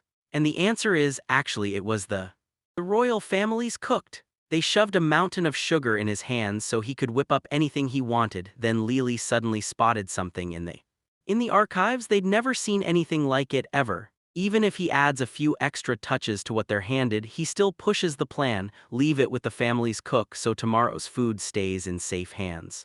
The maid standing there in the middle. Right in the thick of it, she brought the tea and then froze in pure awe at what she was seeing because it was so unbelievably sweet. She knew for sure she'd never laid eyes on anything like it before. Fella asks if she wants to taste too, and the maid says she can. Then Fella reassures her it's totally fine, and everything gets tense in the middle. Right in the middle of all that, Blaze, who'd already snatched a piece, looked at you like, so, Barbara still hasn't seen sweets like this, huh? So if you hog all the attention, you'll only drag yourself into trouble, and at least if they can pass it around between them, everything stays fine. Right inside the royal capital in the residence, someone is finally ushered in. Marguerite, the Marquis's wife, and she's met with a warm, full-on welcome the moment she arrives. The cook finally takes it in hand. Then Marguerite blurts that after roaming the royal capital for ages, they stumbled onto something seriously interesting, something that was the cook tries to stop her from saying that kind of thing, reminding her that a noblewoman from the capital should always come prepared for her tea party, and honestly, it lands like a heartwarming truth. Warming up, she couldn't wait to dazzle them with the newest dresses, the finest teas, and the paintings they could carry around. because living out on the frontier meant she had to make every visit count, and she'd already set her plans in motion. She can always go all in the very second it all ends. Whipping up the food, he leans in and asks if she wants to have some. After they finally caught their breath from the road, they're like, "Okay, we need food," and the woman smiles, thanking them like it was nothing. Honestly, that kindness hits them as sweet and totally adorable. And yeah, it tasted insanely good until she suddenly jammed a cloth in her mouth and demanded, "What is this?" Because that flavor was just unreal. The royal desert capital threw a banquet so insane it outclassed everything. Then the boss stepped up and proudly claimed he was teaming up with Alka. Alchemist. Then Marguerite snaps back after hearing the lady's laughter, swearing she won and insisting that tomorrow's tea party could be the real thing and she'll prove it. Make them see something so unreal it breaks their minds. Yet that night, Maria Field couldn't bring herself to sleep and stayed awake for hours. I kept writing, and Lily blurts out that it felt like she just really was. She should have been dead asleep, but right in the middle of the night she suddenly caught strange, chilling laughs echoing in the dark, and she couldn't ignore them. Maria couldn't just shut her eyes and fall asleep. She knew she really had to rest, but she was so close to finishing what she was taking that she kept going. Go to the tool maker quietly like nothing's wrong. He can't stop asking what that was, so he prowls into the library, digs through every book he can find, then the truth hits him. It was a steam engine. And yeah, that was exactly what he was thinking. Every alchemist from the future could dump their knowledge into that library, meaning they'd basically lock away all the science in one place. The science of past lives, because in that exact moment, Maria Field stored every last scrap of scientific knowledge she'd ever learned in those earlier lives. And honestly, that kind of brainpower didn't come from nowhere. It had to be fueled by weird inventions too, and that left Blaze absolutely seething. You remember when Ted showed off the first tool shop and then he pitched this wild idea for a carriage with no horses. Everyone laughed because it sounded straight up ridiculous, and it was brutally powerful before, but then you had to think about the books that were already out. It's honestly wild. Alma's practically buzzing too, because right at that moment the students were completely geared up, and Maria Field is convinced that a steam-powered engine is already huge enough for a next-level technological breakthrough. In that world, sure, people might try to hold it in, but with enough scientific brains, someone would eventually go for it. And the next day Maria storms up to the toolmaker, saying she can't hold back anymore, begging Ted to build those things for her, so she dumps a stack of papers in front of them. Ted finds those papers on his table and blurts, "Wait, what is this?" The truth hits hard. They're not just documents, they're pure magic. Magic stones, and also the respect he earned along the way. Machine that could spit out rotation on command. The first magic stone would scorch the water into nothing, and then the second stone would start demanding its turn too. He couldn't leave it alone, he had to make up for it again. The pressure from the changes would shove the piston, and that shove would turn into rotation right there in that moment. Right when they're about to forge an engine to wipe out the horses and spark the next big leap in evolution, yeah, it gets even wilder from here. It can't just transport things, it can store water too, release it with gravity and dump it straight into people's houses, and that's only the start of what it can do. Ted then fires back, asking about her being a mortgagee, about the sword she already made, and whether that really was. Surprise, of course she knows way too much for this to be just a. That tiny 2-year-old girl's got one obsession, brewing potions, the very work that would get her killed, and Blaze insists she could be doing other things instead. But that was totally different. Turns out they don't just need luck, they need tools to get merry. She makes life feel insanely easy until she stays forever young. So she could finally slow her heart down and live a peaceful life well into her later years. Thinking about the fact that before she died because she'd already busted her butt so hard before and she wasn't about to go through that again, at least not until her. Maryphile was absolutely freaking out about what might happen too. That's why she'll need a ton of magic stones just to enchant it straight on, because bending is the whole deal, forcing the work into tiny, razor-thin details, and that makes the field's area a nightmare to get right. Making copper wires would help the motor too, so she shot him a solution and asked, "Do you have?" She grabs every one of those little molds, pulls the iron out, and harmonizes it into them, leaving Ted utterly done for. Lost in somehow always out. He leans in and demands, "So what was going on right then?" So he's left completely clueless, and instead of moving on, he just stays huddled there under the bench. He leans in to see what's ahead. Then she whips out a metal wheel and tells him they can shape anything with alchemy, so Ted stares hard, trying to figure out exactly what she can use. Using it at room temperature was straight up insane. No air bubbles, no impurities, no weird inconsistencies either, just a flawless product of. They've got no force of alchemy backing them up and they can't haul anything huge, so she hands the heavy part to Ted, who tells her it's fine, but even he can't stop his nerves from creeping in, worried he won't pull it off. Blaze blurts out that he doesn't want to jump to the worst conclusion, but that same hesitation could unleash even bigger trouble, because the sword already did. And right then, the area's atmosphere starts to feel all mixed up and wrong. He snaps into thinking, bursts into laughter, but right then Ted reaches over and taps Maria Field's shoulder, telling her she has nothing to worry about. They're laughing as they both turn to look at Blaze, who couldn't shake a completely strange feeling about it, and then over the next few days they rushed to finish their tools and swore it was only a test to see what they'd do, so even a shield was grabbed, just in case something went wrong. Maria Field says it would be very good that. Blaze said she could help them and she just casually agreed to hand over the shield, like it was no big deal until it was. To fire up the magic stone and let it protect itself, that's what keeps the pressure from crushing everything. He planned every precaution in case disaster struck because now Blaze was safe thanks to his perfect shield. Then he stared at the machine and went for it, activating the dramatic. After a while, the wheel finally kicked into gear and rolled with speed, then it moved smoothly and that meant the whole setup worked. It spun like a perfect wheel, but right then, strange noise started creeping in. He grips the shield and asks if everything's okay, and yeah, it stays steady, so the tension just melts. They tell Blaze they're fine, and with that weird noise finally dying down. It really freaked him out, but everyone still cheered, because if they didn't it might explode, so building it was a nightmare even with the. They couldn't shake the problems and dread still crawled in, because whatever came next was going to hit hard. So they pushed everything into the durability test and all he had left was to sit tight and wait until the sky split open and someone showed up out of nowhere. They swore they'd nailed it, Mary Field, and then Lillian, yeah, Lillian was the one who sealed the deal. And Alma were there? Then they demanded what they were doing at that very second and why they'd bolted out of the capital. Turns out, they'd been stirring up trouble all over the city, blasting a brutal, ear-ringing commotion, and it didn't take long to realize it was Mary from afar as soon as they asked whether Blaze had happened. And yeah, it all clicked. And of course he says yes, then they sprint straight to the motor which was spotless until then. From the archives they dig up the truth, these engines used to cough out thick black smoke because they normally have to burn fuel to run. And that's when the black smoke finally bursts out, because it isn't clean at all, it's just pollution. The only way they could call it ecologically friendly was by stopping right there and realizing it still needs fuel and it doesn't stay silent.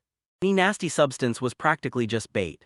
Something perfect because in our lives and even our past lives, this modern city was choking on pollution and it was a brutal, non-stop problem. But most importantly, it sure sounded like it was meant to roll all the way into the city, but then she hit pause because it wasn't exactly comfortable. She straight up told Ted, "Can you make it more compact?"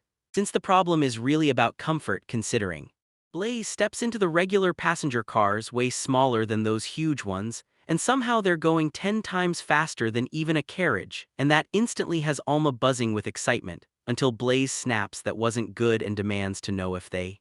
If my brain even hesitates for a second, I turn into a horse, and I'll bolt so fast I could blow up the whole militia before they even realize what hit them. Thinking things might get even worse. So they straight up ask if Blaze is worried, like, bro, he's already got magic backpacks, perfect swords, and snacks. Common sense is right there in the air, and once you're an adult you don't dump your life on someone else, so this shouldn't be a problem at all. After all, she's only 12, so everything should click fast with Maria Field around. Seriously, Blaze can't even find a single reason to panic, so they'll handle the responsibilities too. Now, inside the research place, Maria Field is grinding through her alchemy work, cranking out double. Laylee dials up her water magic, turning the heat just right and pulling every last drop of medicine until every cure potion is magically flawless for that exact moment. But when Laylee gets lost, she swears the next potion needs to be doubled too. The synthesis hit harder than every attempt before it. If Maria Field could crank them out together, everything would get way easier, because the faster she works, the more free. That's their precious free time, when they finally get to breathe and live in peace, because I already told you how crucial that alone time really is. Laylee says it could be true, but then he admits he's a little scared, because what if he actually tries to write two things at the same time with different hands, like he was about to? He just couldn't pull off that kind of stunt, especially since they brewed a ton of potions, and right then, Maria Field snapped that those weren't intermediate or advanced at all. There was so much more to it to learn, except that only worked back when he had materials he can't get right now. Now, holy water doesn't need any special ingredients he can make on his own, but man, that still turned out to be brutally difficult. Maria Field wastes no time. She leans in and asks Blaze if he's seen any zombies lately, and when he questions why she's asking out of nowhere, she shuts it down fast. Forget it. As long as those two potions keep winning, nobody can slack off on the real mission, so yeah, nothing was there. Then it's time. She finally got to do her hobby, the calm part of her life. The machine looked like it was running perfectly, and they kept asking what Maria Field would do next. She just kept sketching a horseless carriage design, and now the crew is about to trade those horses for the wild stuff they've been dreaming up, so if they pull the carriage down that way, like sprinting at 60 kilometers an hour inside a coffin that won't turn and can't stop, and it was. And even then, it still moved 10 times faster than any carriage, so you'd better have brakes or you'll never stop and you'll lose control of the shaking. You'd also need the right transmissions just to steer with that wheel, because this wasn't some casual thing anymore. It felt like a real job was about to kick off.